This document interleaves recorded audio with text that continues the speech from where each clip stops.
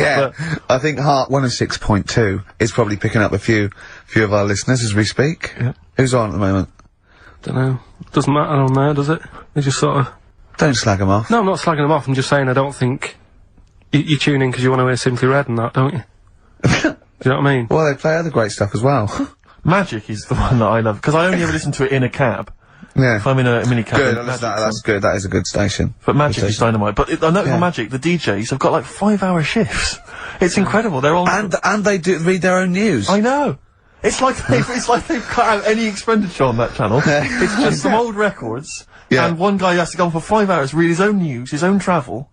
There's nothing else. I saw a bloke struggling once. He sort of wants to be a bit of a sort of comedian, and he does one link. It's sort of one sort of 15-second link between each record. Goes, Celine Dion. There's a story in the paper again that people were late for work on the Underground because there was leaves on the track. Just wondering if leaves are ever late for work because there's people on the track. It's Simply Red. Oh, bless him. I still think he's got to come up with them for like 5 hours. He's been sweating like that. Before I was going, I'm gonna kill myself. It's almost finished. I was just thinking this story about, war on Iraq. Imagine if I can't do this anymore. I can't imagine if humans become extinct. With leaves. Dinosaurs would still around. I don't know what I'm doing. Oh, God. Look at Carl's face when I said that. The man moth. Yeah. They've cloned a man moth. No, but that's the sort of thing I think we need now, right? We've covered a lot of stuff. What, education? Teaching, yeah. Well, okay, what do you want to know? Dunno. Have you got something? Can you educate us on anything? I've been reading bits So could we bring back just for one night only, educating Ricky? Oh, I'm excited. Yeah? Do you think it warrants that? I don't know enough about it. Do you know what I mean? About what? It sounds perfect. Play the jingle. Oh, educating Ricky. He's getting smarter. A couple of things happened in the week that I read about. Okay. Keeping up on what's going on in that. Sure. Yeah. One was about that Galileo fella. Okay. Was it about 1636? Was it? I think it might have been not earlier. bad. Go on. Did some stuff with light and that. Yeah, he did lots of physical experiments, yeah. Is that it then, Carl, is it? He did some stuff with light and that. Well, what did he do with light? What was that? Well, I think he invented the first... Telescope. Telescope. So I think it's a particular lens though, and he did experiments where he dropped famously two different, weighted, balls from Pisa, and, they hit the ground at the same time, showing that doesn't matter, the weight doesn't matter, but air resistance does and stuff like that. I think he probably explained it a bit better than that. Yeah, but I'm talking to Karl. Sure. Did they need to know He's stuff? just thinking about pizza. Yeah. Did they need to know stuff like that back then? What do you mean, did they need to know stuff like that? It's just... There weren't people going around going, I've got to drop these two things off the bleeding tower of pizza. I just don't know which one's going to land first. Yeah, I need to know. Why do you need to know that? Bring me Galileo. Yeah. It's for a bet. Yeah. No, but if I was knocking about then, I'd be like, stop messing with that. We need a telly. Or, do you know what I mean? I bet he thinks the Flintstones is real. I know. That'd be brilliant. That's what I'd do if I was a caveman. I'd make a telly out of rock. Yeah. And a pelican and as a a cement mixer. Ran along the road with. Yeah, exactly. Yeah, we need a car. Yeah. Well, we haven't really got the internal combustion engine. Can you stick your feet through the bottom? Yeah, just get me a car for Christ's sake. Anyway, so I learnt that. And then, What? He learned his name. Yeah. Other people I learned the name of this week. Oh, if a chimp could watch telly. Go on, Karl, go on. And there was also a fella in the week who said, that women shouldn't be wearing trousers. Why? Because they don't look good in them. Right, and who was this man, and from what year? French fella. Okay. Last week. Did he mean walk around naked? He just said, women should wear skirts rather than trousers, because no woman looks good in a pair of pants. Right. How old was he? It was probably about 67. Uh-huh. About that, 67, 68. Yeah, yeah. Wasn't happy with that. What do you think? What do you think about that? It's rubbish. Yeah. These are the only things that have caught your eye over the last couple of weeks. This is the entire news. Galileo did something with light. A French fella said women shouldn't wear trousers. See, that to me wouldn't pass as education. It's not education. I don't know where you could ever use that. I don't know when that would ever be applicable to life. I just like reading stuff that sort of reminds me of. Do you know what I mean? If I read it and it gets me thinking, I think that's a good little piece. But I mean, but surely can't you just sort of like sit near something that vibrates to keep your brain going, or shake your head every now and again? I mean, what does this do? You mean it makes you start using your brain? But what aspect of a Frenchman said women shouldn't wear trousers got your mind working? What questions were you asking? Because I thought that's a bit daft, isn't it? Right?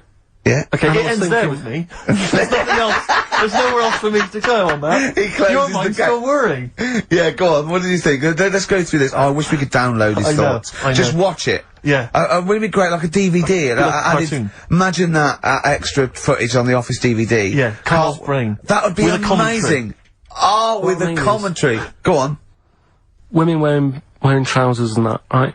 On the estate that I grew up in. Yeah. On, right? There was a woman about 4 houses down. Right? Rough. She's the one. She was, or the estate? She was, right? Yeah. She's the one whose kid took a horse into her house. Yes. Right. Now, we won't go over that again. No. If you're a new listener, I think we covered. I think they get That's the all you idea need to on. know. Right. Yeah. Now, she used to wear leggings. Yeah. Now, they're a bad idea. They are a terrible idea. I agree with you there, Carl. If you're a lady of What the colour? normo persuasion... Were they pink? No, they were sort of black, but with all bits on them. Oh, right. Do you know what I mean? What, Yeah. toast and Just horse bits. droppings? Yeah, go on, yeah. And she used to, she's quite a big woman. Sure. Pauline Quirk, I think Yeah, we well, described her as. Look like a light bulb when It she was is those bending kind of over in women that are leggings. attracted to leggings. Yeah, I know, yeah. They are drawn to them like a moth. To a flame. Yeah. She used to wear them, and that's what I remember when I read this piece. And she used to work on one of those sex line things. Right. Right, she used to do that. But What, was she, an engineer? the weird thing with her was, she had big eyelids Right. Go on. that were too big, and this is what I was thinking. What right? do you mean she had big eyelids? How big do eyelids have to be for you to go, they're big eyelids? What was she shoplifting with them? Would she come out of Dixon's with, like, radio stored in them? What do you mean she No, had it big was eyelids? it was another one of them popular things around our way. Do you know? Like, What do you mean popular things? They didn't people go, they go, oh, I'll tell you what, they're all the rage. Can I get some big eyelids, please? No. It was just like one of them things that people suffered with. Just big eyelids. They could hardly open their eyes. What do you mean? What do you mean? That's one of them popular things around where I grew up. People had big eyelids, they could hardly open their eyes. What does that mean? What sort of freak town were you born in? You had webbed feet people with big heads, you got women with big eyelids. What does big eyelids mean? Are you confusing her with the horse? yeah. Did she have hooves? Look, what? Just too much skin. It was like the neck of a chicken, but on the eyes. What's your point? Anyway, so there's this big eyelided woman with the And leggings. that's what I'm saying to you there. That's when I read that story with people with trousers. Yeah. I went from that. Yeah. To into a that. woman who used to have big eyelids. I still at the point. But then, and also the other bloke who had the eyelid problem was a mate of mine. Right. His dad had it, and same problem, massive eyelids. I don't know what that means. I don't know what that means. I used to say to my mum, I'm going round to, Dave's house. Yeah. And, Or to say, droopy, as you call it. that's alright, but make sure his dad doesn't take you out in the car. Because he could hardly... he could hardly see. He had to have his head... He gets to tilt his head back to keep his eyes open. Sure. Did he have a couple of matches with him at all times? What a load of gobbledygook. This began as educating Ricky. I know, So it's what, like he was people thinking- with eyelids. But it's like you're supposed to make that leap as well. Yeah. If I mentioned the trousers, Ricky will probably be thinking about people with big eyelids and women wearing leggings. Play a record, Carl. Got nonsense. Adverts. No. Oh, all right.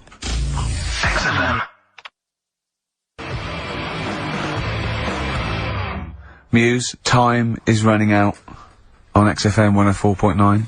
Just a couple of emails just to update you on what's coming in here. Go on. Natasha has emailed us. She says that she's of Chinese origin, and at 27, she often got mistaken for 24. So your notion that Chinese people don't age well is obviously factually incorrect. Yeah, well, we didn't need... Thank you for phoning, but I mean, honestly, trust us, Natasha, we didn't need you to tell us that. We know Karl is talking absolute nonsense. Wait till you get to 30. Oh dear, no, this is quite a nice email from Paul. He says, let Karl know that I have a Chinese friend called Oi. Imagine the confusing and amusing situations we get into.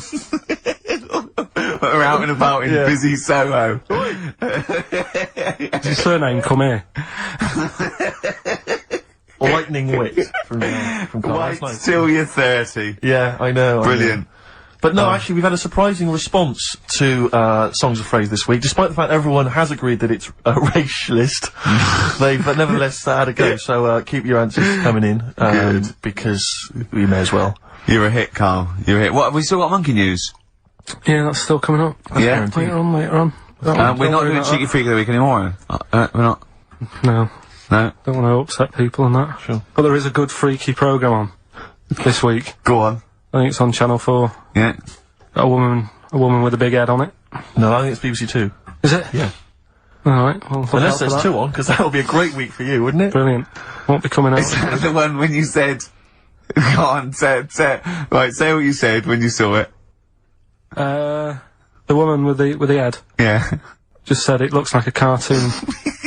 I just think... That's so mean. I don't want to discuss No, that. it's not mean. It is mean, Karl. Again, Steve, if we were in a restaurant and I'm arranging to meet her, and I said to the guy on the door, I'm meeting, you know, Lisa, or whatever her name is, yeah? Right. What does he look like? Well, looks like a cartoon.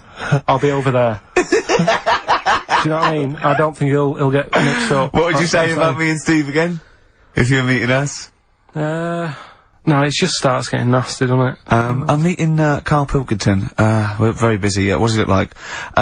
He looks like Charlie Brown grew up. He's got a complete little round, bald head, and he's got a gormless look on his face. He's over there, mate. Yeah. Alright? That started the ball rolling for you, Karl. I love that it's okay to say what you like about people. If you go, yeah, but if I was looking for her in a restaurant... I know, but... Yeah. And why have you arranged to go on a date with this woman? Be a good night out. For her or for you? Well, I'd like to have a chat with her. Do you know what I mean? Just find out what worries her and... Do you know what I mean? Because some girls People worry like about you. things. Like their hair being a mess and that. Yeah. With her, it's like, least of your problems. Do you know what I mean? Fine, alright, well let's move on, mate. We're not doing Cheeky Freak of the Week anymore. No. Let's do something nice. Let's talk nicely about things. What's happened nice in the world, Karl? What do you like in the world? When you get up, when you go, oh, that was a brilliant day, What do you do when you go, oh, that was brilliant? We had a nice game of snooker. You like snooker, don't you? You and Steve played snooker last week. Yeah, but things are always ruined. Do you know what I mean? I might be having a nice time having a game of snooker. And then, you know, we're having a proper battle. And I'm trying to concentrate on taking a shot, and then you'll say things like, look at his little monkey hand. And I'm going for the black. Do you know what I mean? Yeah. Or maybe I'll say, I'm just going to the toilet. Yeah. And then one of you will follow me in and peer over the door. Oh, yeah! Tell that one. That was when you were actually in a cubicle sitting down, wasn't it? Yeah. And Steve Merchant's head appeared and went, alright. And you went, what if that wasn't me? Oh, that was great. Doing a George Michael on me. That is one of the benefits of being very tall. You can look over You can look over the stalls, in lavatories. It looks like a giraffe house. You're sitting down there and you look up, right? And he's peering over the top. Oh, the fun we have. Oh, it's great, isn't it? But anything intelligent. It's like the monkeys. We are like the monkeys. Aren't we, us three? I wanted to write a thing for the darkness. I want to write like the new monkeys. Like a TV show. Yeah. Do you want to do that? Yeah, alright. Yeah, okay. Well, if they're listening, or their radio show, record company are listening, or their manager, big fan of the Darkness, my favourite. Hang on, don't make a promise Well, like that. no, my favourite band at the moment, we'll do a pilot, them and the Monkeys. Don't make Running that round, promise. speed it up, they can have their songs in it, they can write songs specially for us. What if they And can't it's them- act? And it's them, they can act, they just act themselves running round. We're getting people like Henry, McGee and that, to come in and sort of be the actors, and, you know, all those posh actors that appear in Ali G and that. It sounds like a lot of hard work. Yeah? Yeah. Okay, forget it. Knock it on the head. Yeah, let's play Radiohead.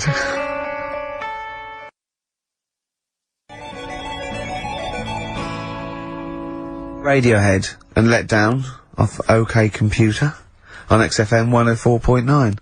Right, let's think of some nice stuff then. Annoyed I was yesterday. Go on. Just got off the train, and, guy comes up to me, and he says, excuse me, can you spare some change?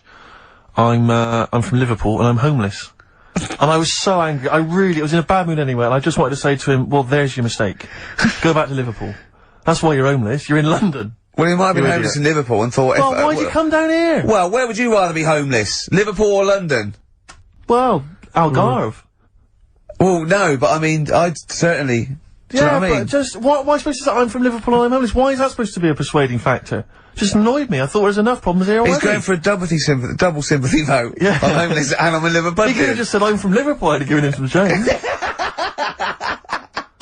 Guys, he was from Manchester once, I gave him my sandwich. Yeah. There's a thing the other night, right, they did this programme, it's only on in London, so if you listen out of London you won't know about it, but it's about, Oxford Street, right? And, about all the thieving that goes on it's and stuff. like thieving, Yeah. you know, drug problems on Yeah. the streets and that. Yeah. You know, what gets on people's nerves, those people with the boards, you know, golf sale and all that. And, there's this bit that concentrated on the homeless problem, right? And, he said, you know, this fella looks after the homeless, he goes up to him, says, how you doing?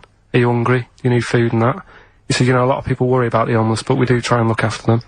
And the Salvation Army were there, and they said, and this is where they can come if they need anything, if they need any food, or, any clothes, if the shoes are worn out. And he said, oh, can we have a look at that, right? So they go in this little room where all the clothes are, and they go, and there's like a load of jumpers for them in the winter in the cold. And the camera sort of pans across.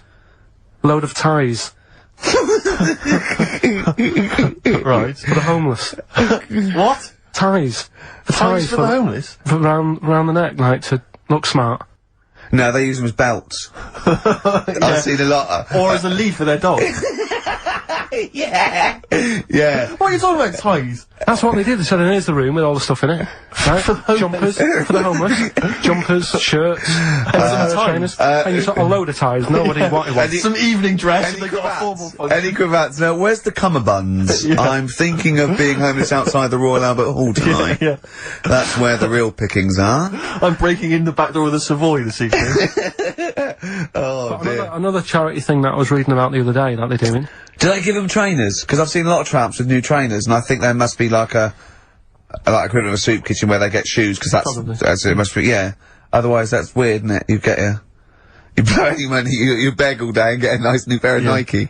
Yeah, no, don't waste it on clothes. Get some tenants. Get some, special brew, that's the best value. Go on. Some smack. Go on. If you've got a lot of worries, you on the street. Little starter bag. Take your mind off it. Yeah, I know. Take your mind off it. Yeah. But that's weird you say that, because, you know, a trainer's the most important thing, because, like, you know all the problems in Africa. Sure. Right? A lot of problems going on there. Yeah. The other day, they're asking for people to send their spectacles to Africa. Right. Would you be happy if you were over there and, like, you're hungry and that? And then they say, here you go. Well, yeah, but it must be for a reason.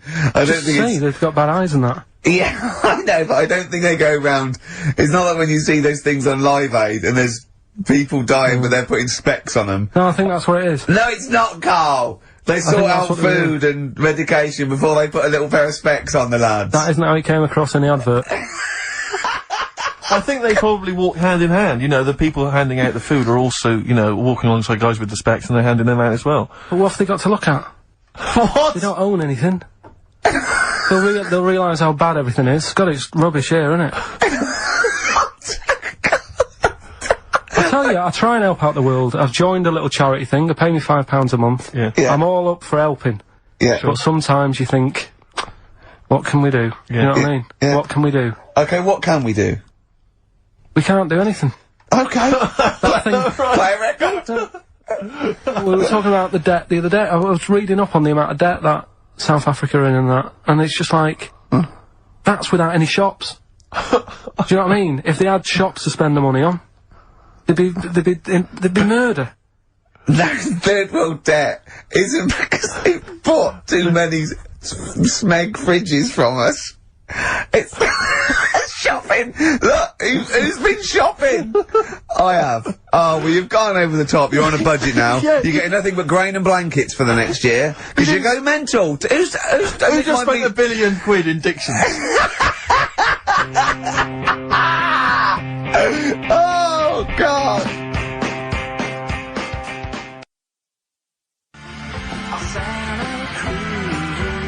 Forthcoming single from The Thrills, that's called Santa Cruz. On XFM 104.9. We were just talking about people who do good work, you know, wandering up and down Oxford Street, giving stuff to the homeless and things. Yeah. And I was at they have a little kind of music festival back in my hometown of Bristol, periodically in the summer. They can never really attract any decent acts, but, you know, we support it Not anyway. even Portishead? No, they never turn Tricky? up. No. Right. I think that, well, this year it was Robert Plant, who sang, lots of old blues covers, and people were quite bored until he played Whole Lot of Love at the end, and then we sort of went, you should have done all the old Led Zeppelin and stop playing all this other nonsense we're not interested in. So I was set this for next time. Yeah. Robert, no. But, I just snuck off into the woods for, you know, a waz, because I'm quite rock and roll like that, and I was passing, and these are a group of people, and I've always thought they never get enough praise, enough credit, and I genuinely, and I mean this entirely sincerely, I really do, I don't mean to be, I'm not taking the mick at all, but the St. John's Ambulance people, they're absolutely blinding, because they all look like nerds. I mean, they all look like because they're normally kind of fat women or kind of blokes. I think you're doing very well for their new recruitment campaign. Well, so, I was going to say, I think you're selling it to people who this want is to my join. point, Rick, is that they've not changed the uniforms in like 40 years. And it is normally, it's normally the kind of, the nerds from your school who went into it or whatever. It's kind of old people. I saw them, they were all sat around in this little area. No one was, you know, nobody just sat around, they were bored, they weren't really enjoying the music. And I thought, look at that, they're not, that fat kid over there, I pointed them out to my mate, I said, see that fat one over there, in the uniform? With the glasses and the hairbrush forward. With the glasses, hairbrush forward, the kind of blue navy jumper. Satchel? There's a little satchel, yeah. He is never gonna get off with a girl, probably until he's like 30. And even then it gets to loosen clothes. And even then it's because he's giving mouth to mouth to her. Yeah. Right, and I thought, he's never gonna get anything. And I'll tell you this, all these trendy young girls walking around in their kind of, you know, cool summer gear, in their trendy tie-dye and the like, I'll tell you, when one of them, you know, takes something that's a little bit dodgy that they bought off some guy with dreads, right? And then they're desperate for him, and they zip in there. Oh, quick, my friend's, you know, passing out, she's had a funny turn, and he's straight there with his water and his medication. Oh yeah, they need him then, but he doesn't get any action the rest of the time. You know, and that's what annoyed me about it. I thought, they're doing a bloody good job. They turn up at sports events, at festivals, no one gives them the time of day, you never hear any good praise about them, and they're there, sat there, Steve, hot or cold. Tell me the truth now. Did you join the St. John's Ambulance last week to get some birds? Got no action. Really? I've had no action. And I've been passing some dodgy E's around all the festivals. By the way, your dreads are awful. you can see they're fake. They're made out of newspaper. They're awful. You really do look an idiot. But seriously, I'm all joking aside, I genuinely wanted to give some massive props. If I could give some big ups to the St. John's people, because I genuinely, without any joking, I genuinely think they do a brilliant job. Could I just say how good I think the Salvation Army are? Because you see those elderly ladies with surgical supports, a lot of them, all look like Thor Herd. Yep. Well, that's a prerequisite to get into that particular army. And they play that bloody tambourine, rain or shine. Yeah. And they are just, all they're trying to do is, you know, save you from burning in hell. And they don't get any respect. Of the Salvation Army, do they, like, would they have to get called off? Yeah, they'd be, if all other armies... it'd be the Gurkhas first, then all the regulars, then the TAs. I think then it's sort of like police, lifeguards, but down to I think AA, and then it's the Salvation Army. Right. We send in the Salvation Army. Obviously, if you know, we lost a lot of casualties, you know, and they're the last to go. Yeah, but they are all highly trained, aren't they? All those old women, they can kill a man. Yeah, with a single blow. Yeah. So good to them. Good for John's Ambulance. Good to Salvation Army. You know, big up. But I think we should just, you know, if I might introduce a new feature every week, let's just give some props. Let's just give some massive respect to someone who doesn't get enough respect. Yeah. Who doesn't get enough respect? Who's done a blinding job? Mother Teresa. She's gone now. She's gone. She won't be listening anyway. Who's the best person that there is? Who's the best person there is?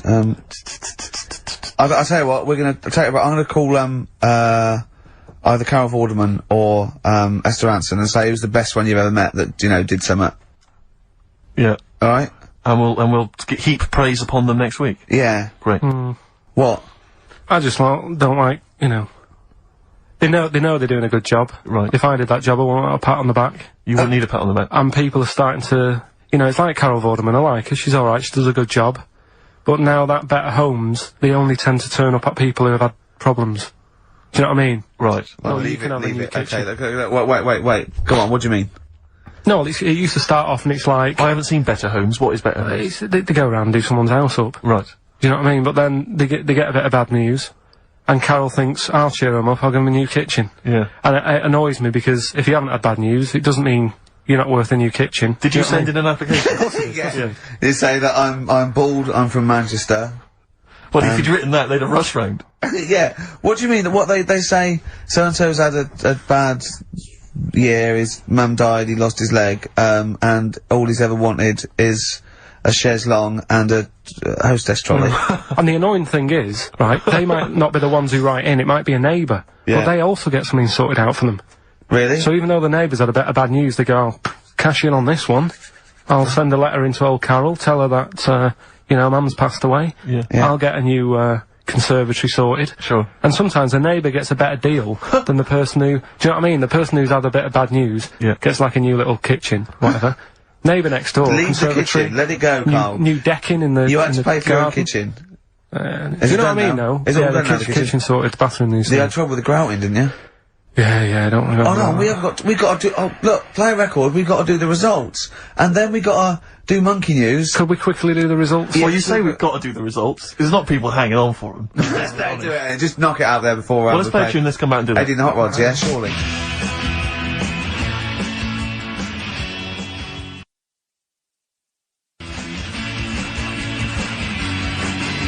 Eddie and the Hot Rods, do anything you want to do. That's uplifting, isn't it? Oh. The drumming. Brilliant. Takes me back, all the way back to 1978 on XFM 104.9. What were you doing? What are your memories? I was actually probably dancing around miming the drums to that in my bedroom. In fact, I remember... Were you nude? No. I remember, I think, I had that What were one you wearing? on a What were you single, wearing? but I'd got it from an old jukebox, so it didn't have a middle. Sure. Right, I think they're called dinked, right? And so I had to line it up really carefully, and sometimes by the end it would just slightly go out where the record was moving. Where I just had to...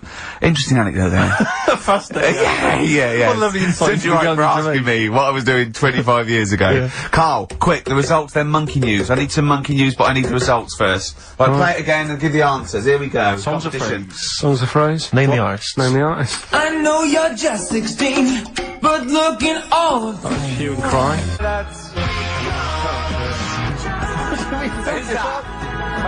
Well, that's Philip Bailey again. That's too little. Right, it was... That was Roxette. The look. Yeah.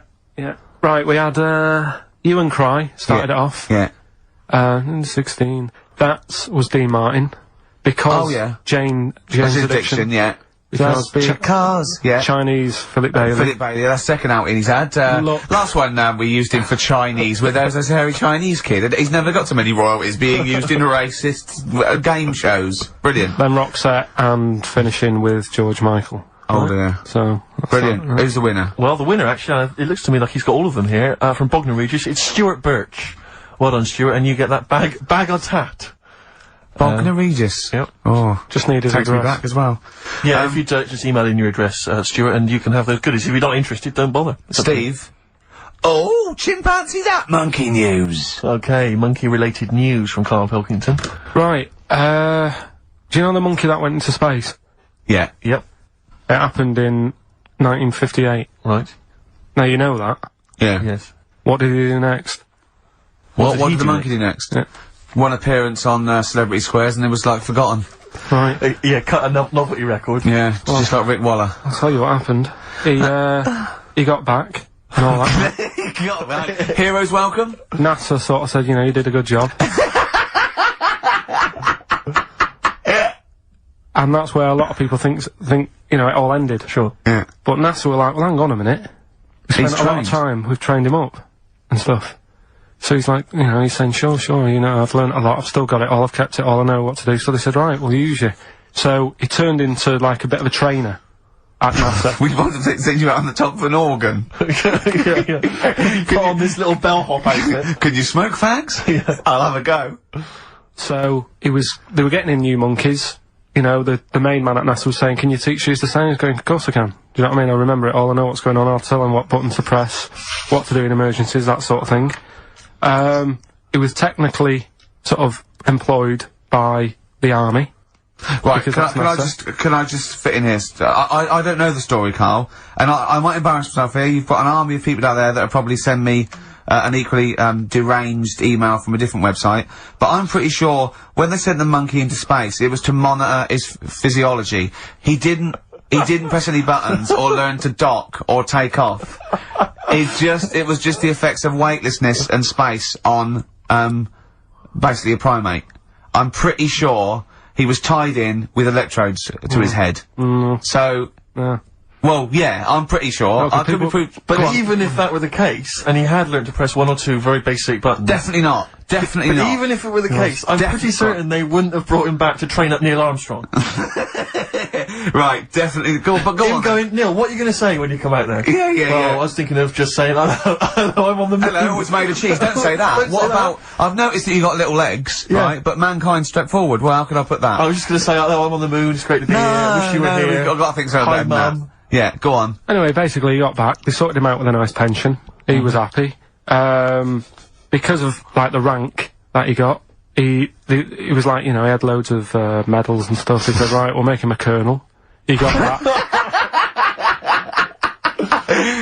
Like I say, he got a pension. How was the end? He died in 1969. He was buried with his wife.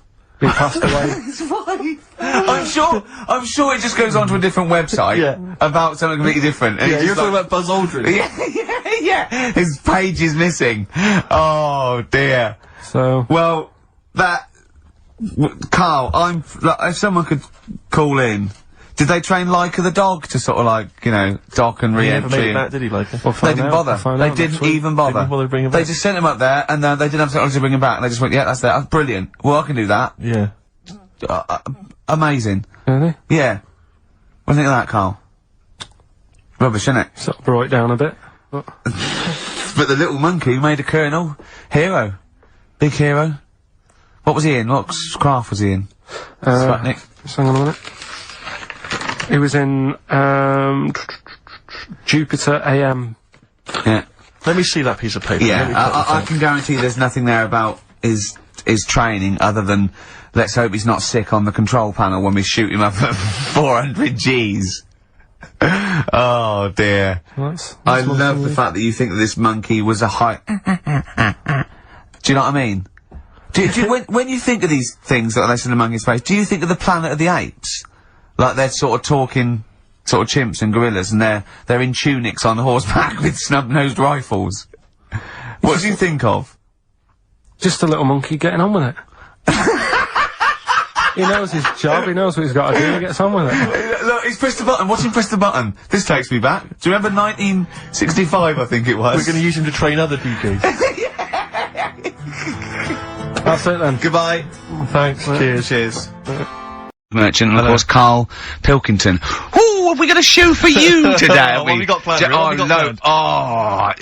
Loads of stuff, and 2 hours of it. Right. And all the records. But specifically, what sort of stuff have you planned for us? Because I know you've been working hard. What have you done? Because you know, I've been busy this week. I've been house hunting. I've been various things, but I know you've had the whole week off. Right. So what have you been up to? Like, go on, Karl. Karl, tell them what we've got. Tell them what we've planned. All the stuff you've done. What have you got? But Rick, specifically, what have you come up with? Quick, because people are getting bored. Tell us what I've come up with, the music. Right. Obviously we already planned that. We planned that last week, so that's all done. But what have you yourself contributed to today's show? I got a text message today from Ross Noble. You know Ross Noble, the comedian, who's on. Have I got news for you? Right.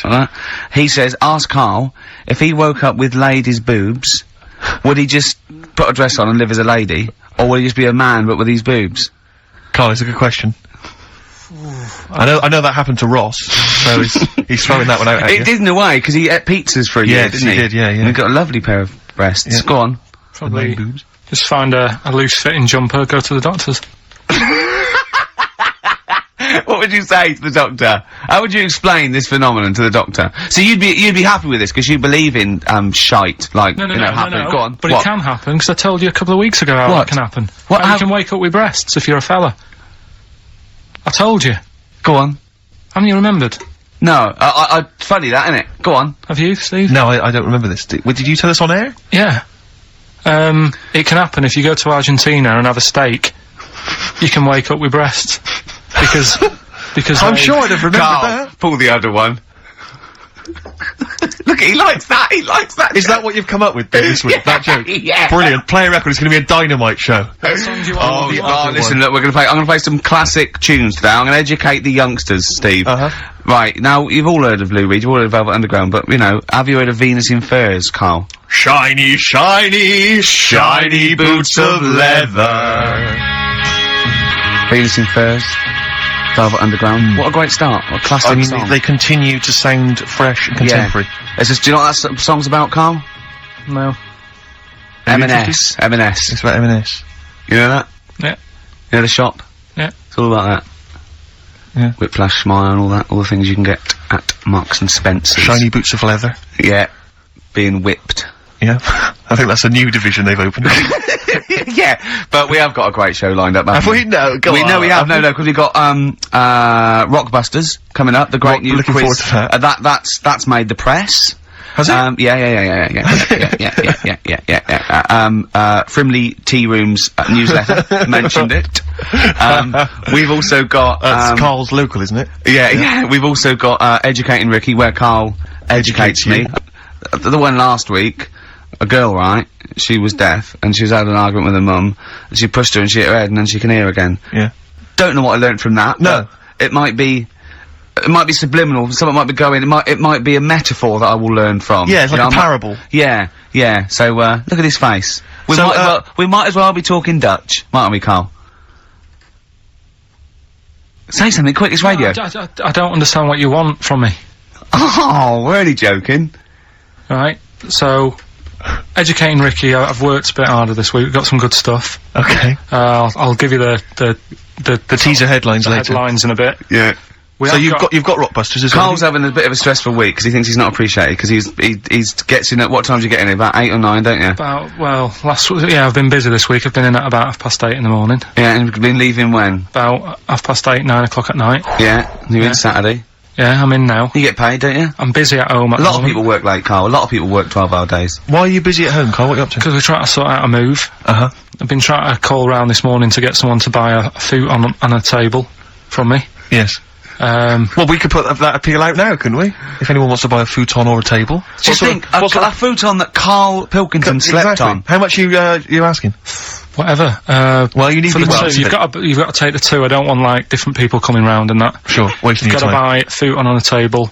It's quite specific, isn't it? Someone has to want a futon. Yeah. The specific futon you're selling and the tea's table. made, isn't it? Alarm clock and tea maker. This is futon and table. Yeah. Looking for about 100 quid. And it's good condition, the futon. Yeah. Right, no You've not stains, dribbled on it? you haven't pissed No. yourself in the, no. No, right. nothing? And what kind of table, what sort of table are we talking? Are we talking like a table for a lounge, a dining table? No, for like a computer and just you know something. Has he got any drawers? Are there any drawers? There's no No, drawers. it's just a nice wooden table. Right, is it kind solid. of oak or is it sort of an IKEA sort of thing? No, it's like oakish. It's oakish. Yeah. Okay. So 100 What, quid. the futon is just, it was just a mattress and the pallets. Yeah? Yeah, Just but it's nice. not. You see, you get cheap futons, don't This you? is But a good one, this is is it? a good one. It's How much would that have retailed for when you purchased I think I paid about $2.50 for it. Right, so it's a bargain Well, for people. if you look at it, if you And how long have you had it? How old This is is it? a whole new strand. Well, isn't I'm it? thinking I this don't is a think great- it's legal. I don't think we should I'll use. tell you what I'm interested in Rick, is just finding out a little bit about the sort of thing that Karl's got in his home, you know. I'm interested in if people will phone up to spend £100 just to go round. Karl's house, yeah. No, I won't be. No. What? No, they'll come here. I'll bring it to work, and they can pick it up here. Don't I'm going to Okay. bring a So they can meet you. futon and a table to work. Don't you ride a bike So hold to on, work? we need someone with a van now. Yeah. So we need. Is anyone who wants to? But they're not allowed around your house. Can they meet you next door? Someone with a van. Will Could they meet you in your street somewhere? Hold on, could they meet What you with if you- hold on, what about the little Chinese fellow that lives across the road, on the two bouncers and the old woman who's dead reading a book? Could you meet him I've somewhere? got an idea. What about if you meet at the end of your street, you blindfold them, like they do when terrorists take the negotiator to the the hideout, the big cheese. and so you could do that, and so you know they could piece together maybe where you live With from sounds. the sounds and stuff. Yeah. But what about that, Carl? That's just a great idea. Yeah. And would you sign the futon for people? Do you think? Would you give them a little signature, or maybe at least a Sign bill the of pallet, purchase? couldn't you? You could sign the pallet. Yeah. Or I could try and get work to buy it off me, and then we give it away for Rockbusters. Do you think they do that? Do you think they do that? I think they'd probably do it for Foxy with his big. Well, imagine how big that would Imagine be. if he wanted to sell his hog. Yeah. That is a motorbike, isn't it? yeah. He's been selling his hog for money for years, hasn't he? Oh dear. So well, we'll see about that. So, if people are interested, maybe email ricky.gervais@xfm.co.uk if you're interested in futon. Buy Karl's futon competition. £100 ONO. Exactly. Yeah? Yeah? What gear have we got anyway? I never knew what that meant. ONO. I thought it went sort of on the nose. On the nose. Oh, that's good, yeah. Well, tell you what we got to give away, Steve. So actually, I have to say, you've excelled yourself this week. Richard Ashcroft's single coming up soon after this. Go on. Since when have you taken to talking like that? It does amuse me. Go on. This is a nice little collection here. This is a 3 DVD set. David Attenborough's, The Life of Birds, Trials of Life, and Life in the Freezer. That's a good one, isn't it? That's a selection of, animal-based documentaries. Yeah. We've got, and this what he's best at. Well, absolutely. I hate when he goes off the ball and does, like, fast cars. This is, very, very good indeed. This is a best of David Bowie compilation. It is a very good, Just, it's a proper one, not Christmas. the rubbish ones that no one else wanted. This is a brilliant compilation. Yeah, it's got an of excellent Bowie. selection on there. We've got this. Now, this looks like a Madness. Oh, no. It's far worse than we could possibly have imagined. It seems to be some kind of tie-in with the Our House Madness musical. And it's got a cast of 20 people who wanted to be singers. It's tricky to find out. I can't figure out if it's the originals or not, but needless to say, if you're a Madness fan, I'm sure that'd be an absolute treat. You love that. Now, I know that, Steve, I wouldn't mind that DVD collection myself, but I can't. It's the giveaways that, no, we can't. I'm talking of great compilations. What about this? It's Country Legends. I'm seeing on the front there Glenn Campbell, we've got Dolly Parton, we've got, whatchamacallit? On the card. Whatchamacallit? He's a great performer. Yeah. Jake, whatchamacallit. Oh, excellent. Some great hits from him. So, that's there as well. What a collection. That's same XFM compilation, again, easy to get hold of. But the big one, the film that Karl picks every week, the big DVD movie this week. Don't go out tonight if you've got a DVD player and a television set, because you'll be staying in and watching this fantastic film. It will tear your soul apart. It's Hellraiser. The original Hellraiser. Bear in mind, it has been on Channel 4 and Channel 5 and on most cable channels since it came out. But if you haven't seen it, if you're one of the only people who has not seen it, and of course you have to be over 18 to play, then you can win Hellraiser. That is fantastic. Well, play a song, Karl. We'll come back to that. More great stuff. Indeed. The competition coming up later. Email only, isn't it, Karl? Yeah. Absolutely. Futon. Futon's still available. Richard Ashcroft. Check the meaning. Well, Karl, you're chuffed, aren't you? What's happened? What's just happened? Tell the listeners what's happened. This has sparked you up a bit. Steve's just called up. He's putting an offer for the futon and the table. Yeah. I think he definitely wanted it, but I said, look, think about it over the weekend. Yeah. Give us You're a not call. a hustler. No, well, I'm not going to rush him into it, because once he's got it, he can't bring it back. I'm not messing about. No. So the bloke said, what sort of wood is it? Karl said, sort of like a light brown colour. He went, what, beach coloured? Karl went, depends what beach you're on. Which was nice. You do understand there's a wood that's called beach. Well, he's happy. He likes the sound of it. Nice plum cover. He's gonna be, Yeah.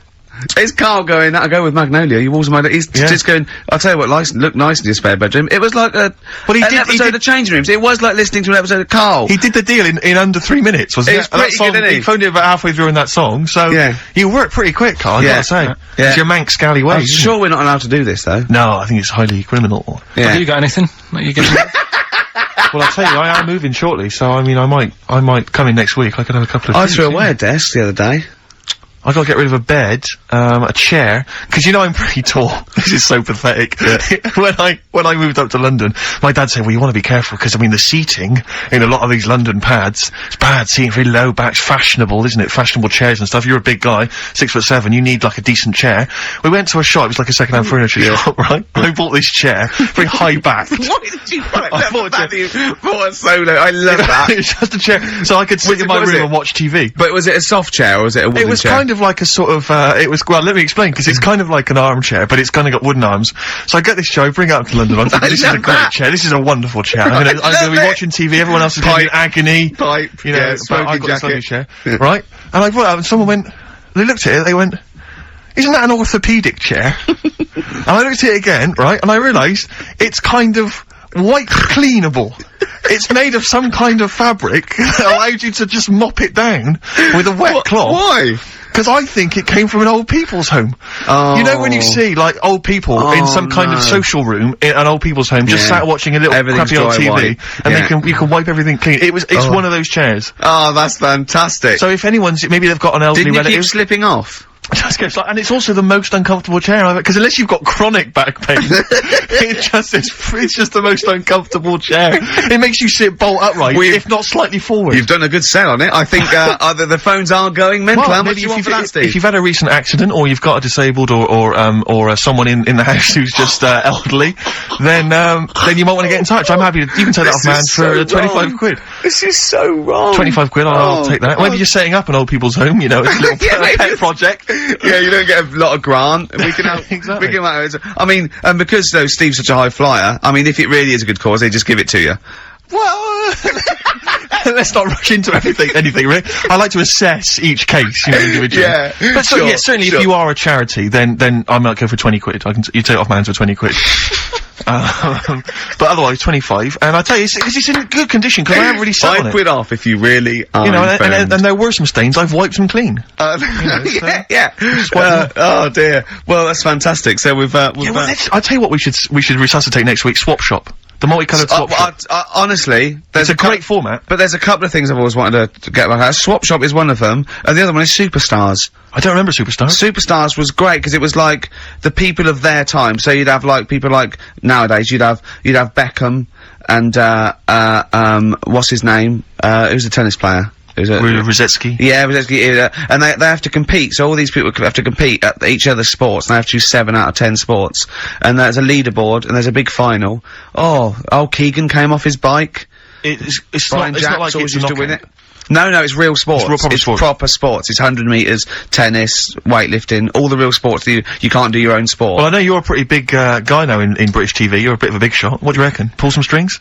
Let's get it back on there. Superstars. Superstars, sounds fantastic. Me, Johnny Vegas, Peter Kay. For the bigger fella, I think maybe. The comedy superstars. What we got next? We've got a bit of Springsteen, haven't we?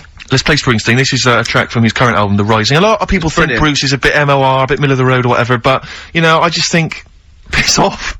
Yeah. I just think, screw you, let's play it. Yeah, get lost, you. Yeah. Imagine this, you're open top, caddy. Yeah, you're just going across around country. Route 66. You're going home maybe for Thanksgiving. Yeah. To see your folks. Just struck turn up me. the radio, if you are. Play the tune, Probably Carl. not, though. That just reminded me when I brought so stop it for a second. Just realised, when I brought a woman back, and she saw the orthopaedic chair. You bring a woman back to your pad, oh, it's embarrassing. And the harness. Yeah. And exactly, the truss. Yeah, and just again, can you give me those 2 splints? I'm sorry? Those 2 splints there. Well, I've got to go, have you? Is this a potty under the bed? The Rising, title track from Bruce Springsteen's current album, Great The Rising. track. Yeah, it's good. Great, it's just that feeling of, it's melancholy and uplifting. We've had quite an interactive show so far, because we've got a call that Superstars is coming back. It's due to come back in the BBC schedules, which is great news. Apparently Steve Redgrave is one of them. I just don't think, will professional footballers be allowed to take part these days, though? When they're on 50 grand a week, you can't really have them falling off bikes and their ankles, can you? Yeah, McCaskill last night. Yeah, on slippery thick glove, yeah. Ian McCaskill. Oh, he fell off his haven't bike been about watching 3 times, didn't he? Oh, did you see Slippery Thick No, Glove? I haven't seen it. There was a great moment where they had to go into a thing called a bod pod, and you sit in it, looks quite space age, and it analyses you, and it tells you percentage body fat. Now, I think, men are meant to be about sort of, 15 to 25% body fat, women are meant to be like about 20 to 30 body fat. And they all went in there, and, it went in there and it said, in McCaskill, and it came up, 34% body fat or whatever. Slightly overweight. I'm gonna come to the 38% overweight. Then it went, the other one, 45% body fat, obese. Then it went, Jono. Did it say, I don't want to tell you? Yeah. And then it went, 50% body fat, very obese. Then Rick Waller was sat in there, and it came up 60% body fat. And I wanted it to come up slug. But it came up morbid at 60, you are 60% fat. So 60% of him is fat? Yeah. 60% of his entire makeup. That's extraordinary. It is, well, you know my feelings about Waller. Well, let's get on to him. But that's the reason I don't watch the show, actually. I do feel a bit sorry for him, and I think he is trying, although the fella there, thinks he's not trying. So I don't know who to believe, Steve. Sure. Yeah, I don't know who to believe Waller, and he does get pains and that, and he is a bit... The problem is, right, he does like his food. Yeah, we all like our food. But if he didn't do the exercise, he wouldn't be as hungry, and he might not get fat. This is a whole new nutritional outlook. Absolutely. So you're saying, don't exercise and carry on eating, and that's interesting. Let me write that one down. I will send that to the British Nutritional Organisation. Yeah, no, that's good, Karl Pilkington.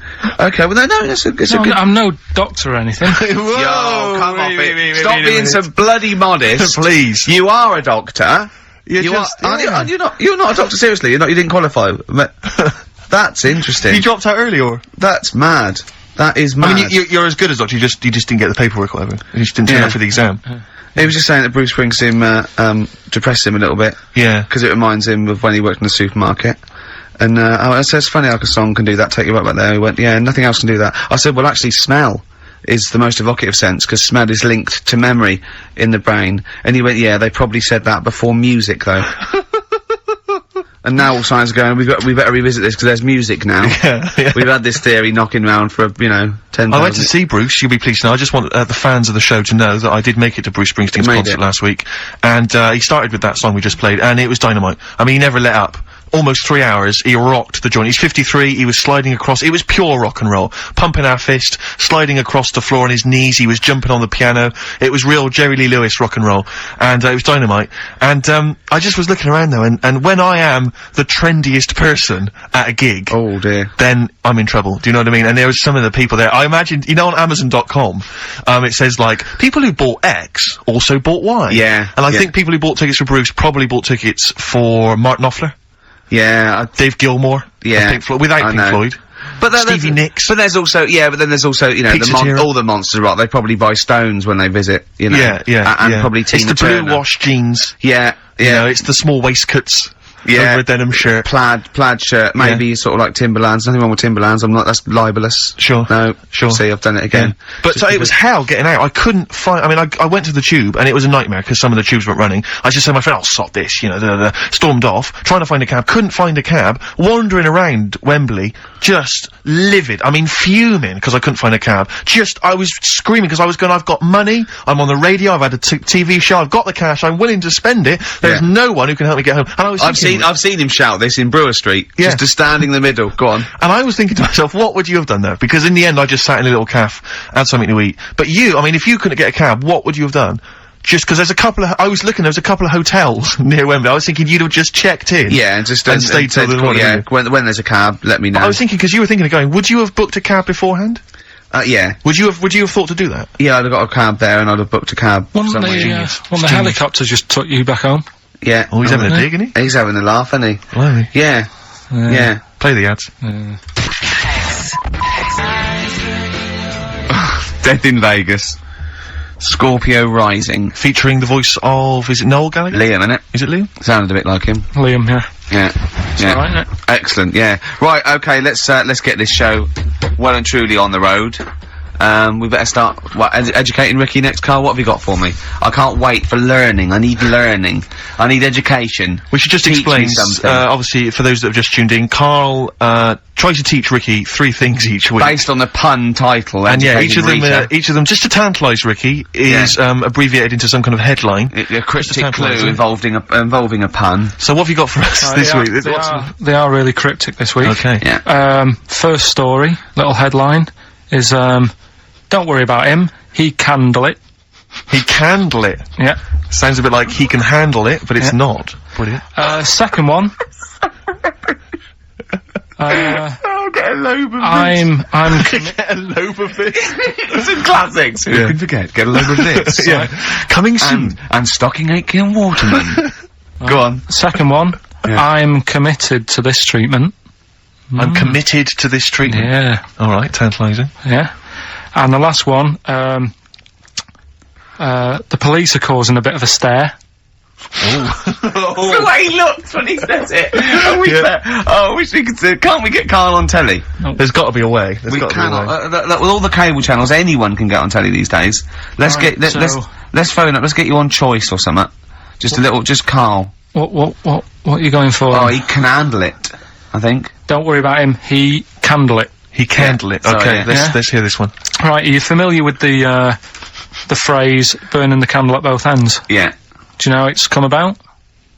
I know a man who does. I assumed that it was to get more light in the room. How would that work? Well, they'd put it sideways and light both wicks, so out of one candle they could get two. No, go on. No, what it is... I know what it means. It means you're doing too much, you're staying up too much, you're not getting enough sleep, and you're... Well, years ago... Yeah. When they didn't have light bulbs and that. Oh yeah, what year is this? Literally ages ago, specifically. Yeah, quite a bit back. Okay. Didn't have light bulbs and that, so they used to have candles When did the light bulb come in? Because I can't remember at the moment. Don't know. Okay, go on. So, yeah, so they've got a light bulb. You wouldn't know, you're a doctor, you're not a historian, go on. And people who worked a lot of hours, yeah. How many? Literally lots? They get up early in the morning because they have to be up early. Yeah. And it's dark outside, so they light the candle. Sure. And they wear it out a bit. And then they'd be getting in late as well. Yeah. And like, they'd be like, oh, it's dark, I'll have to light the candle again. And they're burning candle at both ends of the day. So that's where the saying comes from, burning the candle at both ends. So. Alright. That's a little lesson. Yeah. Lesson one. Okay. Can I have... No, you can't have You can't rush yet. into them, Rick. You've got to... I've got to soak in that. You've got to soak that one in. Any questions for Karl off the back of that? What do you think? So people were, I mean, basically where this comes from is people were... They're literally burning the candle at both ends of the day. Sure. There you go. So we've still got... Go on. I'm committed to this treatment. And I can't wait. This is like Christmas Rick, Eve for me. It's like Christmas. I've got to open another present now. No, I'm afraid we've got to save it. God. I didn't believe this. He's got one day. He's got it. Karl's really grumpy and all stressed because he didn't have the record. We didn't want to play so we won't say it. We didn't want to play a certain record he had lined up because it's rubbish. I know, but you do this every week. Because the most of them are rubbish. So that's why we choose up. No, but 30 seconds to go on the track and you're saying don't want to play that. And you're going, oh, it's stressing me out. You're meant to be at our beck and call. We've made you. We've made you. We got you out the gutter, and now you're getting greatest mind in the world and all that. That doesn't mean you can mess me about. If you were a doctor and you saved me life, yeah, right? There comes a point. In a way, we have, Karl. Yeah. Where were you going? Go on, what were you saying? No, what was he going to say? He was going to say something wise then. No, I was going to say, right, if you were a doctor, yeah, and you'd saved me life, yeah, there's only so much that I could give back to you, right? Okay. What would be unreasonable? What would be unreasonable? Well, you know. Forget doctor, don't forget doctor, because no, the doctor's, that's its job, right? Supposing I was just walking along and I saved your life, I gave you a kidney, or resuscitated you, or I dived into icy water. What could I hope from you then before you start going, hold on, what would you be willing to do for me until you sort of got, lost your rag a little bit? Because I was asking too much. So, didn't I know you before you've, sorted a lung out for me? No. I just gave you a lung, for example. Well, I'd be a bit I'd be thinking, why has he done that? Suspicious! But what I love though, Rick, is the idea of you jumping in icy water to save someone, giving them a lung. I can guarantee if someone was lying on the floor screaming they needed your help, you'd affect a foreign accent and go, I know, understand, and run off. Do you know what I did once, right? We went out a few weeks ago, right? And some woman had her handbag nicked, and she was all distressed. He said, chase the fella, Karl. You stop that. Let's be honest. Imagine Ricky chasing a criminal. Look at his little legs. He'd never get anywhere. He started to run, and then he passed Starbucks or something and nicked it. For a short How did this turn on me? Oh, I'm a bad man because I don't give lungs away. No, no one would want my kidneys or my lungs for a start. Did you chase the criminal then? I did for a bit. He walked. No, you didn't, did you? No, I did a little bit. Yeah, we sort of spread out. We missed him. Where was it, and what was the situation? It was. Did you see a bag get snatched? It was. No, she was sort of crying, and she was running. Some blokes came in, sat next to her, and then just ran off with her purse. And you walked after them? No, they'd gone, Steve. They'd actually gone, but it was just like a bit distressing because she was devastated. I know how she feels as well because I had a jacket, and you think, oh, just got to find them now. Yeah. Where are they? Who are they? You know? So she was really off her head with sort of like she was angry and sort of crying. Yeah. And it was horrible. It was horrible, wasn't it? Wasn't it, Carl? He's broken his mic now. Oh right, Play play a record. record. This is Carl, what are you pathetic. doing, mate? You I just, don't you're believe in a- this. There's only 2 weeks to go. These should be special. Carl, play the record. We've asked you to play the record. Like you. Play live.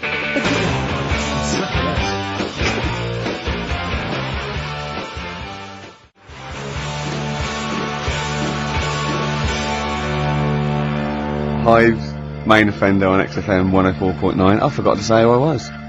Go on, who are Ricky you? Gervais, who are you? Obviously, Steve Merchant. And who's that little fella over there, little round fella? Tiny little Karl Pilkington. The funny little thing from the Smash adverts. Say, then they smash them with their metal knives.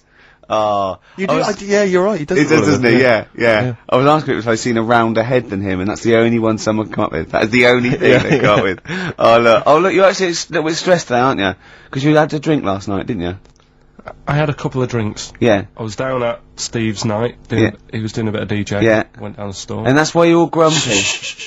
What? Did you hear what he just said? What? I was DJing last night, obviously that XFM evening. Yeah. Hour and a half, my friend and I split the time on the decks. Yeah. What was the word you just used? He went down a storm. We went down a storm. Right, 3 girls, I was walking to the toilets during my set, 3 girls went, "You are a genius." Right?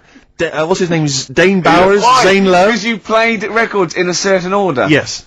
Sorry Rick, if you can't deal with that. Sorry if you're a little bit jealous, because this time you can't share the award. Oh dear. But it was my credit this You time. can tell he hasn't been a DJ. Because it's not just about It's not just about that. the songs you play, it's the way you play them. Oh the way you play them, whether Right. it's 33 or 45, very important. Yeah, leave your hand on Exactly. them as they're trying to go round. But so 3 girls there, Yeah. charmed by me, they loved it. Yeah. Zane Lowe, XFM DJ and MTV presenter, probably one of the coolest blokes alive. He came up, gave us massive respect. He said, "I'm loving your set." He actually used those words, right? There were people coming up, they couldn't believe their luck. It was roaring. We'd stick on a track, people would cheer as it came on, right? My particular favourite, Carl, I think you'll agree, my particular triumvirate, LL Cool J, Mama Said Knock You Out, leading straight into House of Pain, Jump Around, then straight into that current Elvis track that's been re-released, remixed by Junkie XL. I played the original, which I'd already played on XFM before. I'm already there, cutting edge. Yeah. Right? Three old tracks, you mean? 3 old tracks. In a row? Yep. And, what I think the words that would best sum it up are, I kicked ass.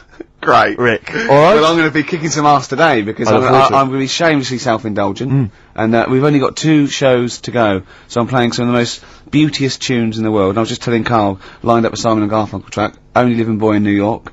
He went, "Why is he the only living boy in New York?" I went, "What?" He went, "What does that mean then?" I went, "I don't know." He went, "Well, what's it about?" I said, I don't care. I said, it's lovely song. He went, "No, but what's it?" I said, "I don't go into that." I said, he went, I like a story. I said, like what? I said, "Killing of Georgie, no trickery."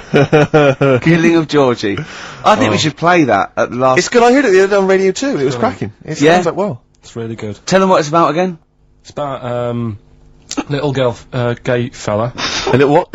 A little gay fella? Yeah. Right. Who, I mean, I haven't heard it for a bit, so it's all off memory, this. But, Yeah. gay bloke, is he from Scotland? I have no idea. But he's from somewhere where gays aren't liked. Okay. Right? No.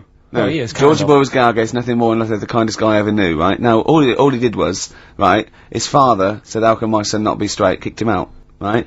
Goes to America. Yeah, but you can handle all that. You can handle your dad not getting on with you if other people around you are into the same scene. Yeah. But That's he right. was like, he was left on his own, he didn't know what to do. Yeah. He was getting stressed out. Yeah. So he goes... And this was before, I mean, this is, when did this record come out? Must have been 77? 77 Yeah. years, something like that. Right. And, he's... During punk. Right, oh, I Yeah. see, yeah. Yeah. So, So, you know, the village people had come along and made gay cool. Yeah. That had already happened. Yeah, But it go wasn't on. respected. but he was watching the telly or something, and he saw that New York had loads of them over there, and they're all having a good time. Sure. No, sorry. At no point in the song does Rod Stewart say little gay Georgie was watching telly and saw loads of gays in New York. At no point in that song. No, but this is what I like about that song, you sort of picture what's going on. You make it up.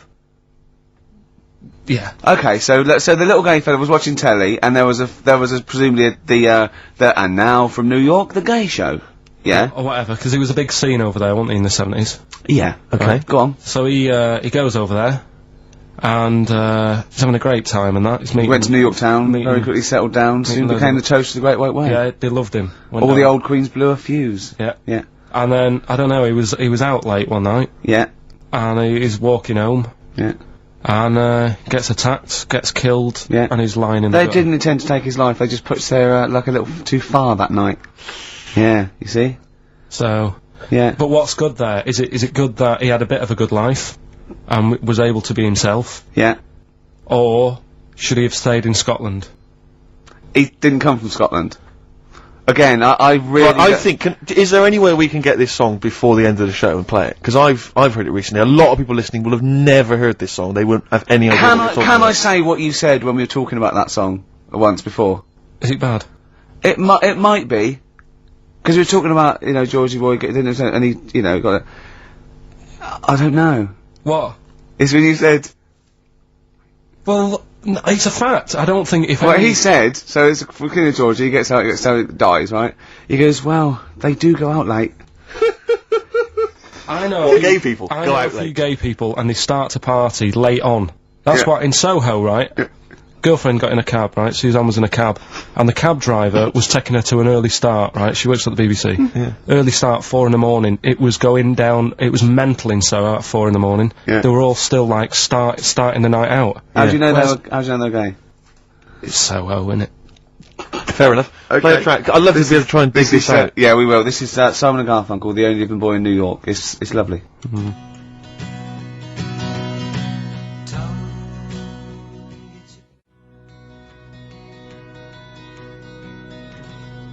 Only Living Boy in New York. Do you like that?